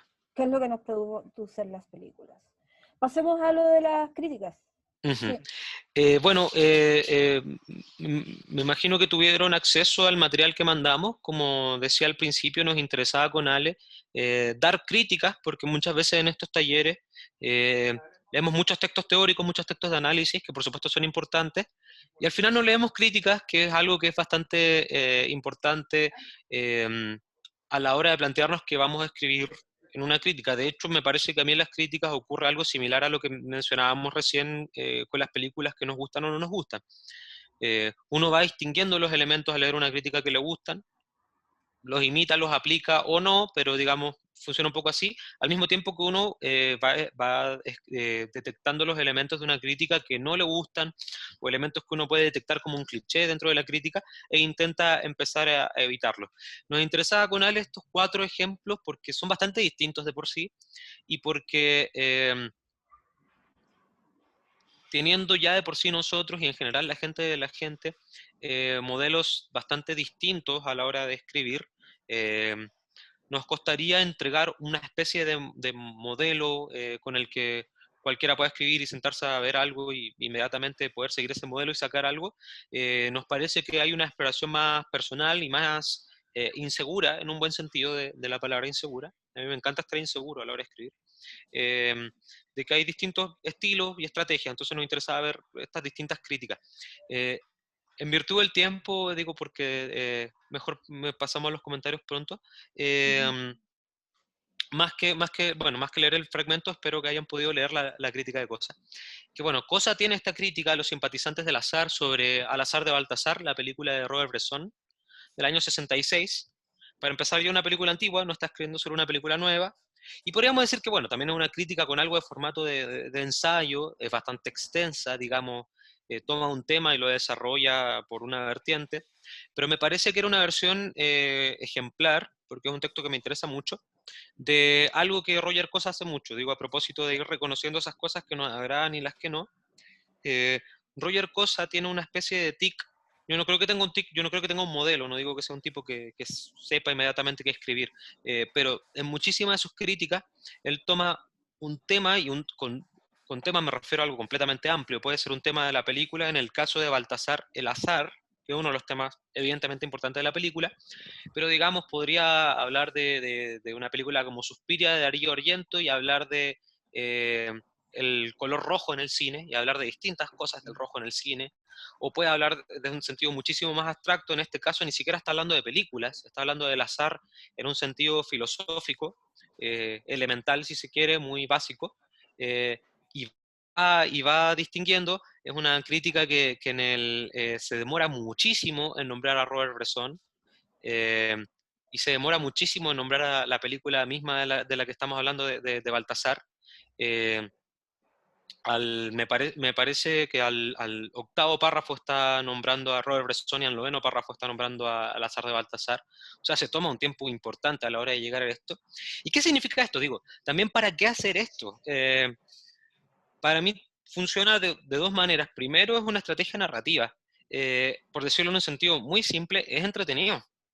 Es entretenido empezar a hablar de una película y que te entre por otro lado. Puede ser una referencia a otra película, pueden ser todas estas cosas generales, pero tiene una cosa contraintuitiva que inmediatamente contradice un poco nuestro ánimo de lectura. Y eso siempre es entretenido, o sea, existe cierto factor sorpresa en algo así. Y por otro lado, tiene también una condición de pensamiento. Es algo que, por ejemplo, te permite el tema de la película, si hablas del azar, Baltasar, solo a través de lo que te mostró la película, en el fondo lo que haces un poco es ilustrar lo que la película ya te dijo. En cambio, si tomas el azar como marco en un tema muy general y después empiezas a hablar del azar Al azar de Baltasar, es una película que tiene la palabra en el título, digamos, no es que sea muy arriesgado identificar eso, inmediatamente sí empieza a ser arriesgado y empieza a hacer conexiones muchísimo más profundas respecto al azar. Y efectivamente, como dice Kevin, es entretenido y tiene una cosa de impronta personal. En el caso de Roger Cosa, él hace relaciones muy personales, desvaría mucho, es un divagador, y este tipo de estilo le permite justamente eso. Es un estilo que personalmente yo creo que empecé a imitar de manera inconsciente, después me di cuenta que creo que lo estaba sacando de Cosa, pero a mí me parece que tiene bastante utilidad. Y bueno, el del barrio de las casualidades de Mónica Delgado, la crítica peruana de CIFILM, por otro lado tenía que ver con ver una crítica que hace una lectura ideológica total, si se quiere, de la película, a partir de la primera y la última escena. En el fondo, eso es la razón por la que me parecía interesante pensar en esta crítica. Una crítica se piensa en general, digamos, de primera instancia, como una disección total del cuerpo, película, etcétera. Un poco lo que decíamos al principio. Y no necesariamente, o sea, no digo que con esto Mónica no está hablando de la película en totalidad, está hablando de la película en totalidad. Pero esa interpretación uno la puede hacer a partir de fragmentos. Un poco lo que decía la Ale, si te fijas en el pelo de una niña que en el fondo está diciendo todo lo que quiere decir la película en esa escena, en esta película ficticia en que es muy importante esta parte, eso puede ocurrir. Y en el caso de Roma podemos pensar eso. Mónica tiene otra crítica que mencionábamos también a la hora de compilar estas críticas, de Érase una vez en Hollywood de Tarantino, que se basa en dos escenas en el medio, y hace una lectura total de la película solo en base a eso. Es una manera también de entender que, como dice ahí, que las películas pueden cargar simbólicamente, semánticamente, si se quiere, de signos ciertas partes para, digamos, hacer casi resúmenes de la propia película, que es algo muy normal, algo que ocurre bastante, ciertas resoluciones ideológicas que se dan en una o dos escenas. En Roma, en este caso, hablan de la primera y la segunda escena, pero la escena en el mar, ese abrazo de reconciliación de clases, también se podría entender como una escena símbolo, digamos, una escena que solo busca tener cierta carga simbólica. Y esto nos permite a veces entrar en las películas a través de detalles, digamos, es una especie de crítica del fragmento y no de la totalidad. Por eso me parecía que era interesante verla. Sí, otra de las críticas que les propusimos fue una más o menos reciente del Chacal de Nahuel Toro, que se llama Preso afuera, preso adentro, que escribió Cristian Ramírez. Aquí Ramírez hace algo que me parece súper interesante, y que es agarrar una película de la que ya se ha hablado por años, es una de las que se asume como una de las cumbres del cine chileno, y se para desde un poco desde lo que somos ahora como país para poder hablar de la mirada sobre la película. Y escapa como de este análisis histórico que hemos hecho sobre esta película, las vinculaciones con el neorrealismo, el tema de la exposición de las clases sociales. Hay como hartos temas que se repiten mucho cuando hablamos del Chacal de Nahuel Toro, y aquí hay un párrafo que me parece que resume un poco el espíritu de este texto, que es Valenzuela semeja más un botín a repartir que una persona cabal. Todos en principio aportan su grano de arena para sacar a este sujeto del estado de naturaleza en el que lo encontraron. Todos al mismo tiempo lo usan como conejillo de indias al que se le inocula su propia versión de las bondades y horrores del mundo exterior, ese que continúa como si nada, más allá de celdas, muros y barrotes. O sea, un poco como haciéndose cargo de cómo en la película se expone esto de intervenir a una persona, de hacer como... Y por lo mismo el texto se llama Preso afuera, preso adentro, porque agarra al personaje y habla sobre cómo el sistema finalmente termina convirtiéndolo, pero para su propio beneficio. Y siento que esa mirada sobre el Chacal de Nahuel Toro a 50 años de distancia está mirado con la mirada de los 2000. Entonces, también funciona y es interesante atreverse a eso también, de repente agarrar películas que tienen una fuerte carga, o que uno dice ya, ¿de qué voy a hablar acá? ¿De qué voy a seguir hablando de esta película que ya lo tiene todo? Y de repente puede ser interesante hacer ese tipo de revisiones. Y la otra, que es un texto que me gusta mucho, de Diego Terotola, sobre The Host, de Bong Joon-ho, se llama La noche iluminada por Molotovs. Este texto tiene un lote de cosas que me parecen súper interesantes. Primero es que está escrita en el año 2006, que es cuando se estrena esta película, y no teníamos como ninguna posibilidad de saber, de suponer que íbamos a estar viendo películas coreanas en pantalla gigante, en una multisala, con premios Óscares de por medio. y por lo tanto lo que hace aquí el crítico, y que es algo que creo que también es súper importante que consideremos, es poner en relevancia una película que tal vez, si él no hablaba de ella, nadie más iba a hablar de ella en esa revista, que era En el Amante, la revista argentina. Lo otro es que tiene una introducción muy larga acerca de un recuerdo literario. Se habla como de un libro que leyó cuando era niño sobre el Jabberwocky, y tiene como el rollo con el Jabberwocky, por qué le llama la atención y todo esto, y desde ahí se engancha para poder hablarnos de la película.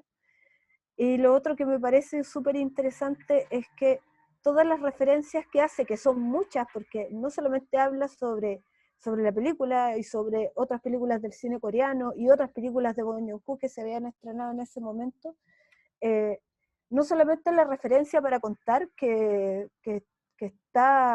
sabe mucho sobre el cine coreano en ese momento, sino que cada una de las referencias nos permiten entender mejor esta película. Y de hecho, si ustedes leyeron esta crítica, es súper curioso, que por lo menos me pasó a mí, como leyendo la crítica recuerdo lo increíble que es esta película. O sea, tiene como esa cualidad, además. Poder como recordarnos y poner en relevancia temas que cuando las leemos se nos viene como un chispazo nuevo y decimos, chuta, qué buenas de cosas. Y la verdad es que sí, qué buenas de cosas.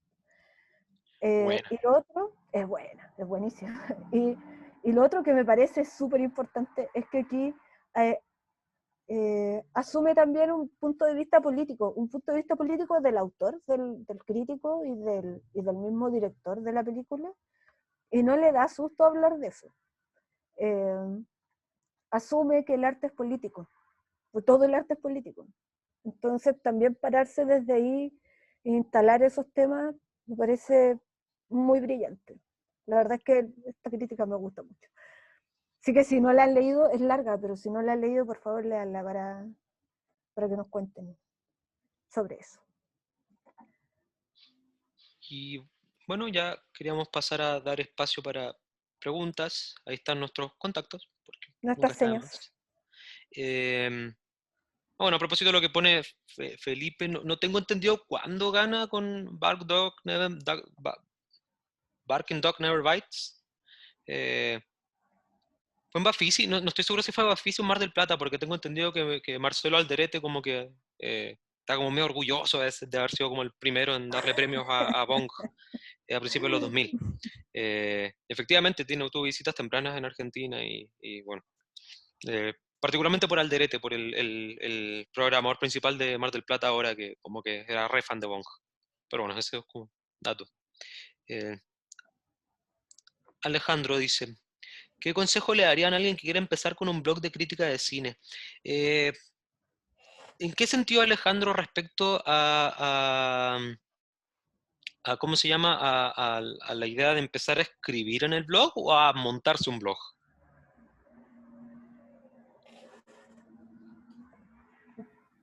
No, a escribir. A escribir, no como, no sé, como qué aproximaciones hacerlo solo, buscarse más gente. Uh-huh. Ale, ¿qué crees tú? Es que yo creo que la única forma de escribir crítica es escribiendo crítica. Es terriblemente fome lo que estoy diciendo, pero es un consejo que me dio alguien aquí, de hecho, así como la gente. Y sí, o sea, si quieres empezar a escribir, yo creo que la mejor forma es escribiendo y contraponiendo. No sé si es la mirada que tienes tú, Alejandro, sobre lo que quieres hacer como crítico, pero a mí me parece que la forma más rica de poder escribir crítica es entregando, o sea, no, es mostrando los textos y recibiendo opiniones no sobre el texto en sí, sino que sobre la idea que estás planteando. Porque es para eso finalmente, para lo que uno escribe. Entonces, a mí me parece que la mejor manera es escribiendo. empezando a escribir? Sí, yo concordaría mucho. Yo empecé escribiendo con muy poca idea de lo que estaba haciendo. También a través de la gente, yo fui estudiante del Iván Pinto, eh, a quien por supuesto ya conocen, eh, en la Universidad del Paraíso.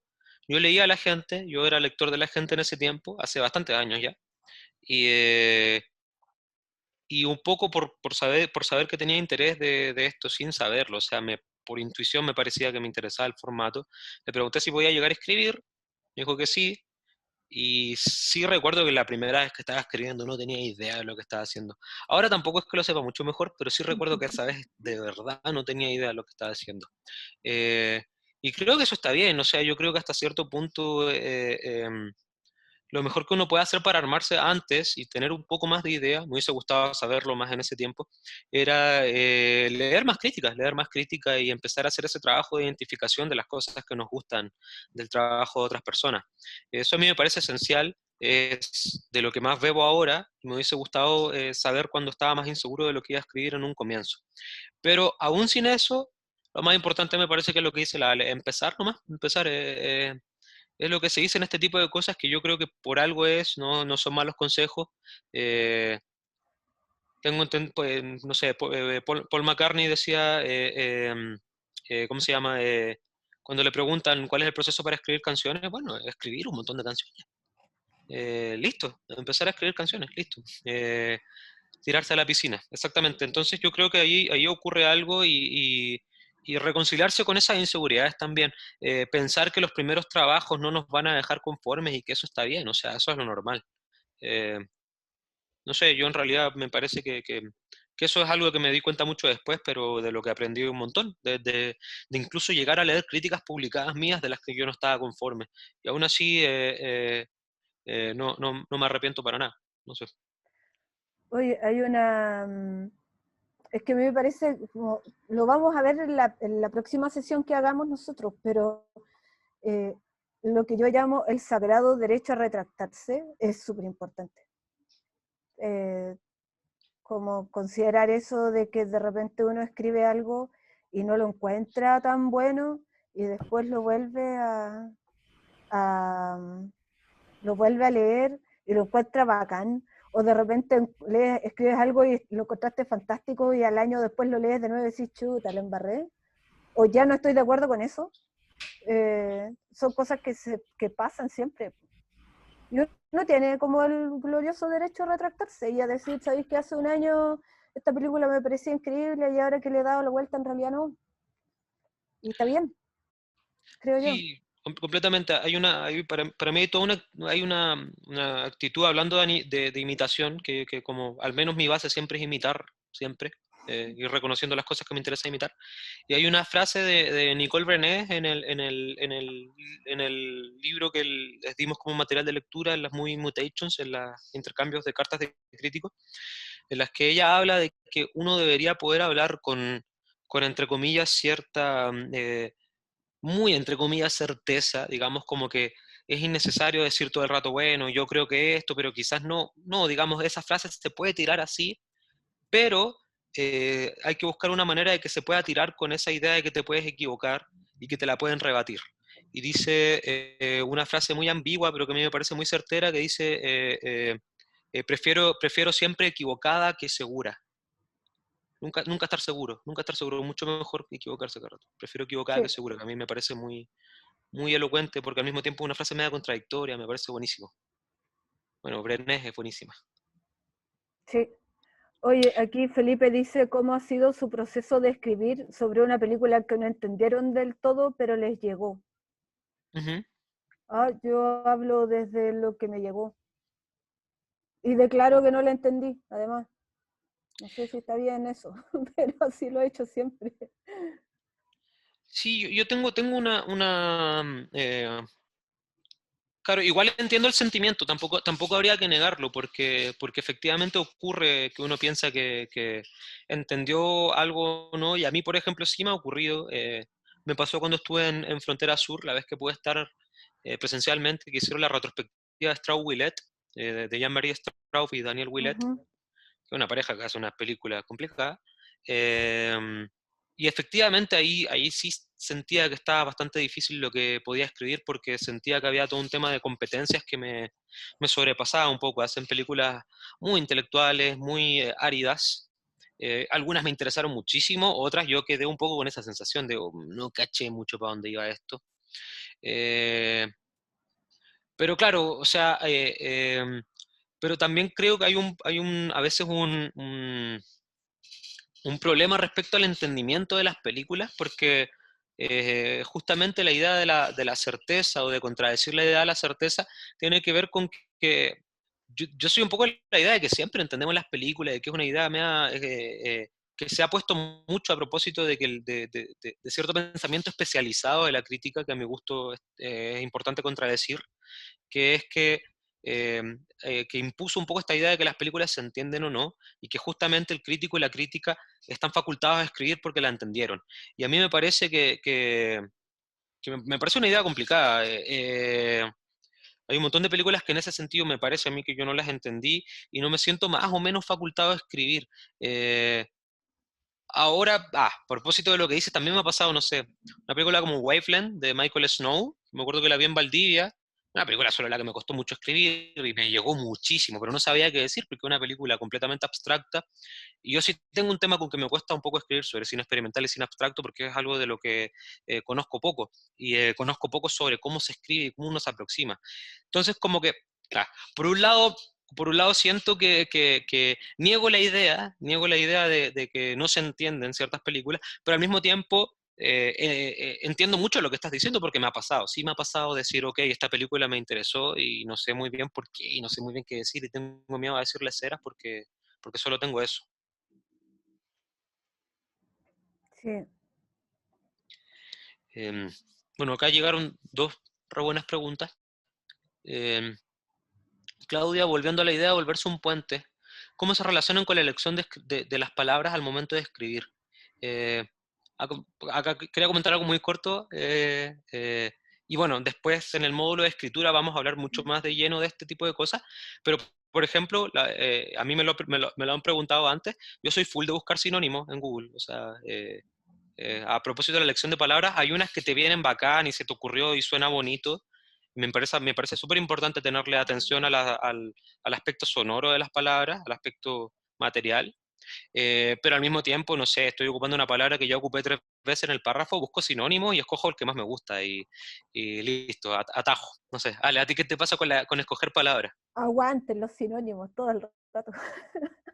Eso es una estrategia. Sí, además, a mí me da la impresión de que uno no escribe particularmente distinto a cómo habla.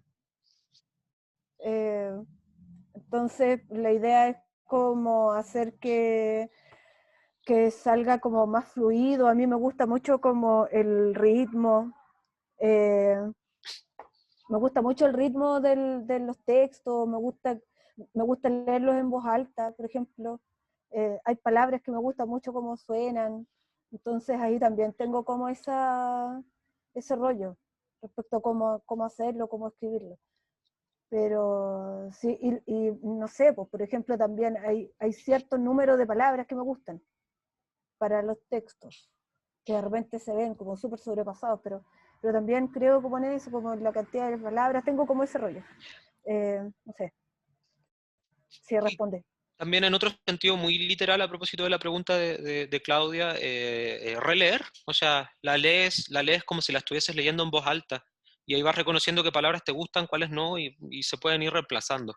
Pero yo soy full de pensar que eso no es un proceso natural, y que pulirlo con ayuda de internet y pulirlo con ayuda de otras cosas está completamente bien.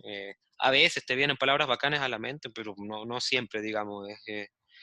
Para mí es eso, releer y hasta que lo leas y te parece que está bonito, genial, no sé. Y bueno, la pregunta de Mario, hemos pasado de la hora, así que si quieren como dejar las últimas preguntas, yo me quedaría, no sé, igual si quieren, no sé cómo lo hacen acá, si Yo quieren, tampoco, si quieren así como quedarse, que yo me puedo quedar. si quieren quedarse más rato con preguntas por mí, bacán, en realidad. Y por la Ale Sí, igual, así que bueno, si quieren hablar un estamos muy rato más. entregados.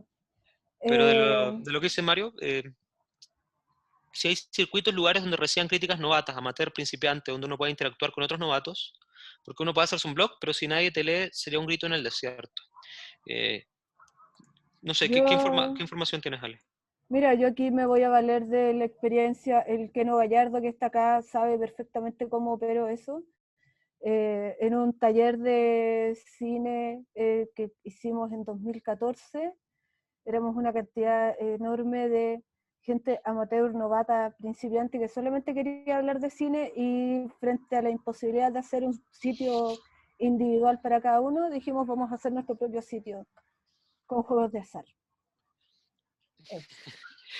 Y bueno, el mismo agente de cine no es que reciba cualquier crítica, digamos, amateur y se publique, pero sí han llegado muchísimas críticas de alguien que simplemente envió al blog probando una primera crítica, que a veces han estado, digamos, bastante bien y se pueden publicar, otras veces reciben un feedback para dejarla lista para el blog, pero se hace en el Agente Cine, por ejemplo. Hay un montón de gente que ha partido así en el Agente Cine. Entonces, Yo, el Agente Cine también.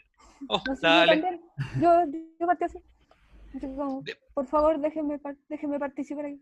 Eso fue. Eh, Víctor, sí, ¿ibas a decir algo?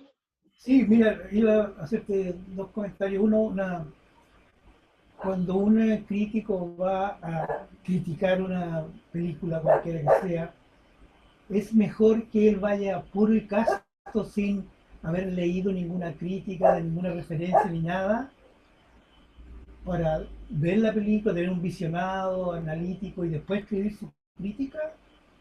¿O es bueno que mejor visite algún lugar donde vea otras críticas, para tener una idea de la película? No sé. ¿Cuál es el mejor método ahí? Ujú. Y te iba a decir otra cosa. No es un buen lugar para, por ejemplo, hay un sitio que se llama Film Affinity, en que siempre hay críticas de películas, y ahí están mezcladas críticas profesionales con críticas de personas cualquiera, que algunos son un vómito de que algo no le gustó y vomitan tres frases, Sí, sí. otros son análisis muy concienzudos. Entonces, a lo mejor ahí es un espacio donde uno puede ir a entrenar y poner su visión de película. Eran los dos comentarios que quería hacer. Ujú. sí, no sé, a mí me gusta ir enterada de lo que voy a ir a ver. ¿No te gusta o te gusta? Me gusta ir enterada, Ya, pero no particularmente enterada, es como sin en spoiler. término medio. No tengo problemas con los spoilers. Me pueden contar, de hecho hay películas que yo he ido a ver porque me han contado el spoiler. Y ha sido así como, ya, entonces voy. Sí, pero, pero no, me gusta estar enterada, pero no súper enterada. Después de la película me gusta enterarme de todo. Me gusta leer así como todas las cosas que hay y todas las cosas. Eso. Para mí súper depende también. Disfruto, por ejemplo, la modalidad de festivales de entrar a una película que porque te calzó el horario y no tienes idea. Eso también le veo muchísima gracia. Eso es muy bonito, sí. Eh, pero también por otro lado, también disfruto lo otro. O sea, eh, Víctor que asistía al cineclub que hacíamos, por ejemplo, es una de las cosas que me interesa en los cineclubes. Los cineclubes hacen introducciones de las películas y la Mm. persona que hace la introducción por lo general prepara algo. No te cuenta la película, por supuesto, y no hace una introducción demasiado detallada con la película, pero sí hace marcos históricos o hace cosas de ese tipo. No siempre creo que sea necesario, pero Sin no duda. sé, pienso en casos como la batalla de Algeria de Gilo Pontecorvo, que es una película que es muchísimo más estimulante si sabes un poco en qué contexto y cómo se hizo. Eh, no sé, se me ocurren en realidad un montón de ejemplos que funcionan de esa manera. Tengo también malas experiencias al respecto. En la universidad me acuerdo que vimos algunas películas de Douglas Sirk, un director que a mí me fascina, y me acuerdo que nos hablaron del teatro, de lo irreal, etcétera, y como que la encontré una película así bonita, pero conservadora, misógina, muy atrasada incluso para su época, y después me empecé a leer cosas y caché que Cirque era una especie de dinamitador de la industria, o sea, era un tipo que jugaba con los estereotipos, y si me hubiesen dicho un poco que hacía eso, hubiese disfrutado esa película de otra manera. Después leí el hermoso texto de Fassbinder sobre él, y vi una película de Cirque y me voló la cabeza. Entonces, puede funcionar que la idea de ir no informado en, en absolutamente ningún nivel, puede tener gusto, puede tener gracia. En esta película que mencionaba Drift, la del barco con esta mujer, la disfruté, ahí por ejemplo la disfruté mucho más que si es que hubiese sabido si pasaba eso, ahí debo reconocerlo. Entonces hay de todo. En cambio con Cirque, gracias a saber un par de cosas sobre las intenciones y lo que hacía, después me hice fanático. Me hubiese encantado que me hubiesen dicho eso cuando vi esta otra película que me había parecido tan superficial y que era hermosísima, que es Escrito sobre el viento, o sea, una gran película. Entonces, para mí es súper variable, me costaría mucho decir una o la otra, pero siempre me parece que está bueno, sobre todo en películas más antiguas, saber un poco el contexto histórico. A mí eso es algo que casi siempre agradezco. Sí. Eh, Fíjate, una anécdota muy cortita. ujú, Y después estuve viendo el Festival de Cine de Valdivia, ujú, que se podía, qué sé yo, y quise ver una película que me pareció, voy a ver La Señora de los Gatos, una que estaba. Y en verdad cuando fui a verla no era el horario, no sé qué, pero era justo el horario del Q&A, de las preguntas y respuestas de la sesión anterior.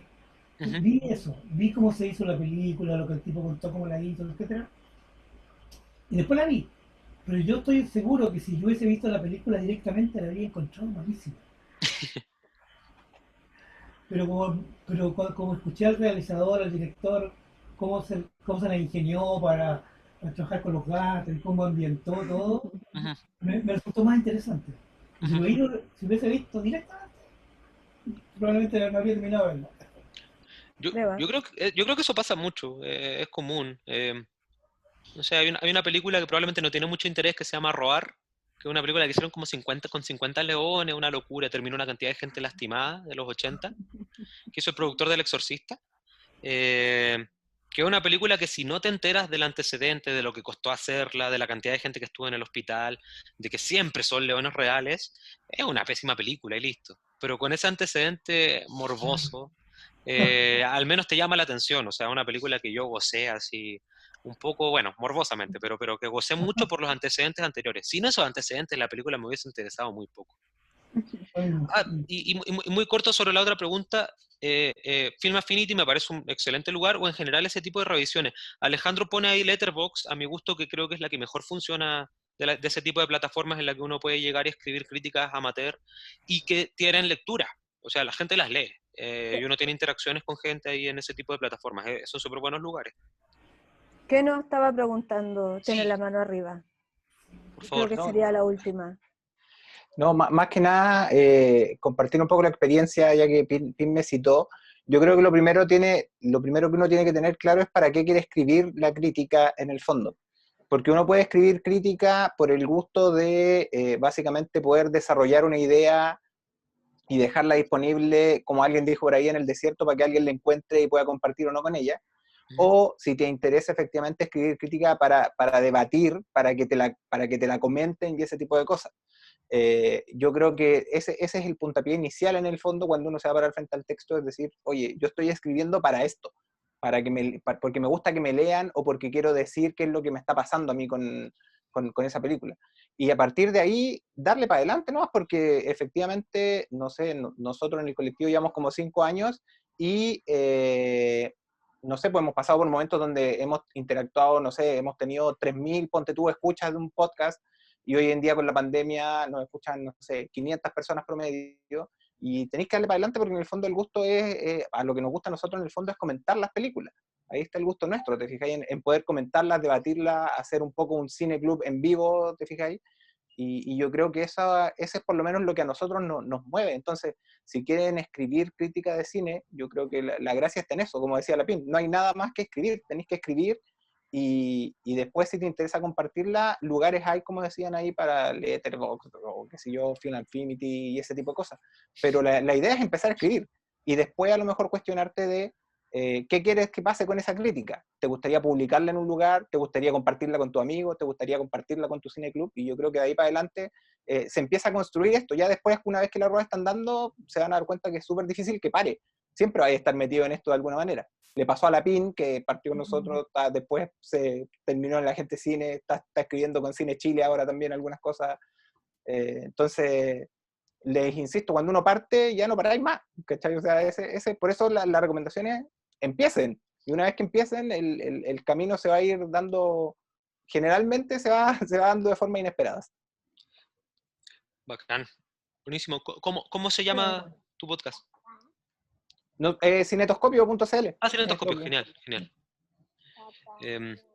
500 a todo esto no me parece tampoco, ¿eh? Al menos a mí.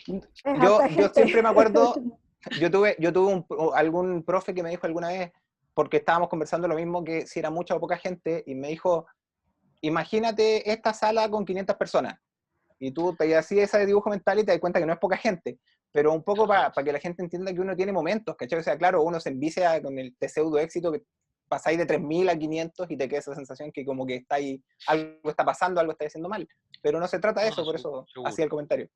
Sí, no, de todos modos.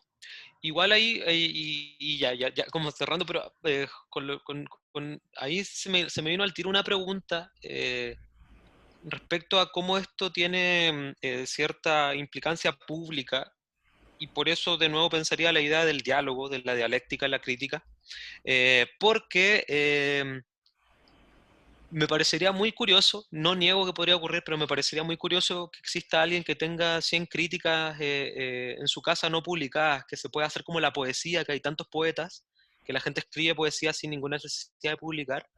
Me pregunto si es que la crítica de cine no tiene una vocación mucho más chillona, ¿no? No sé, dejo la pregunta. Creo que somos más gritones. No Sí. sé. Yo creo lo mismo. Sí, yo creo que el cine es para compartir. Yo creo que el cine es para compartir esas opiniones. Ahora, yo tengo por ahí, debo tener 20 reseñas sin publicar, para que te hagas una idea.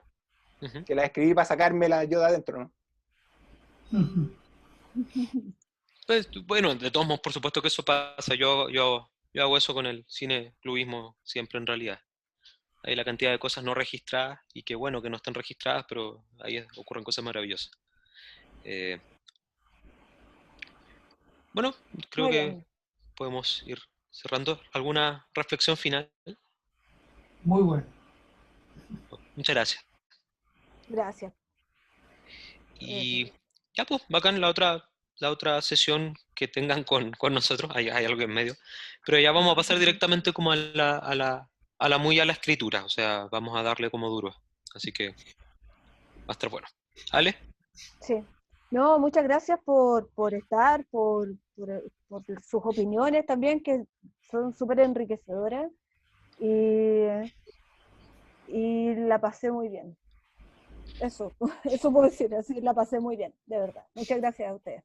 Sí, muchas gracias a todas y todas, un gusto verlos, y bacán escuchar todo lo que tienen para decir, y ojalá la próxima podamos hablar más todavía, o sea, genial. Sí. Nos vemos, estimados. Cariños. Cuídense.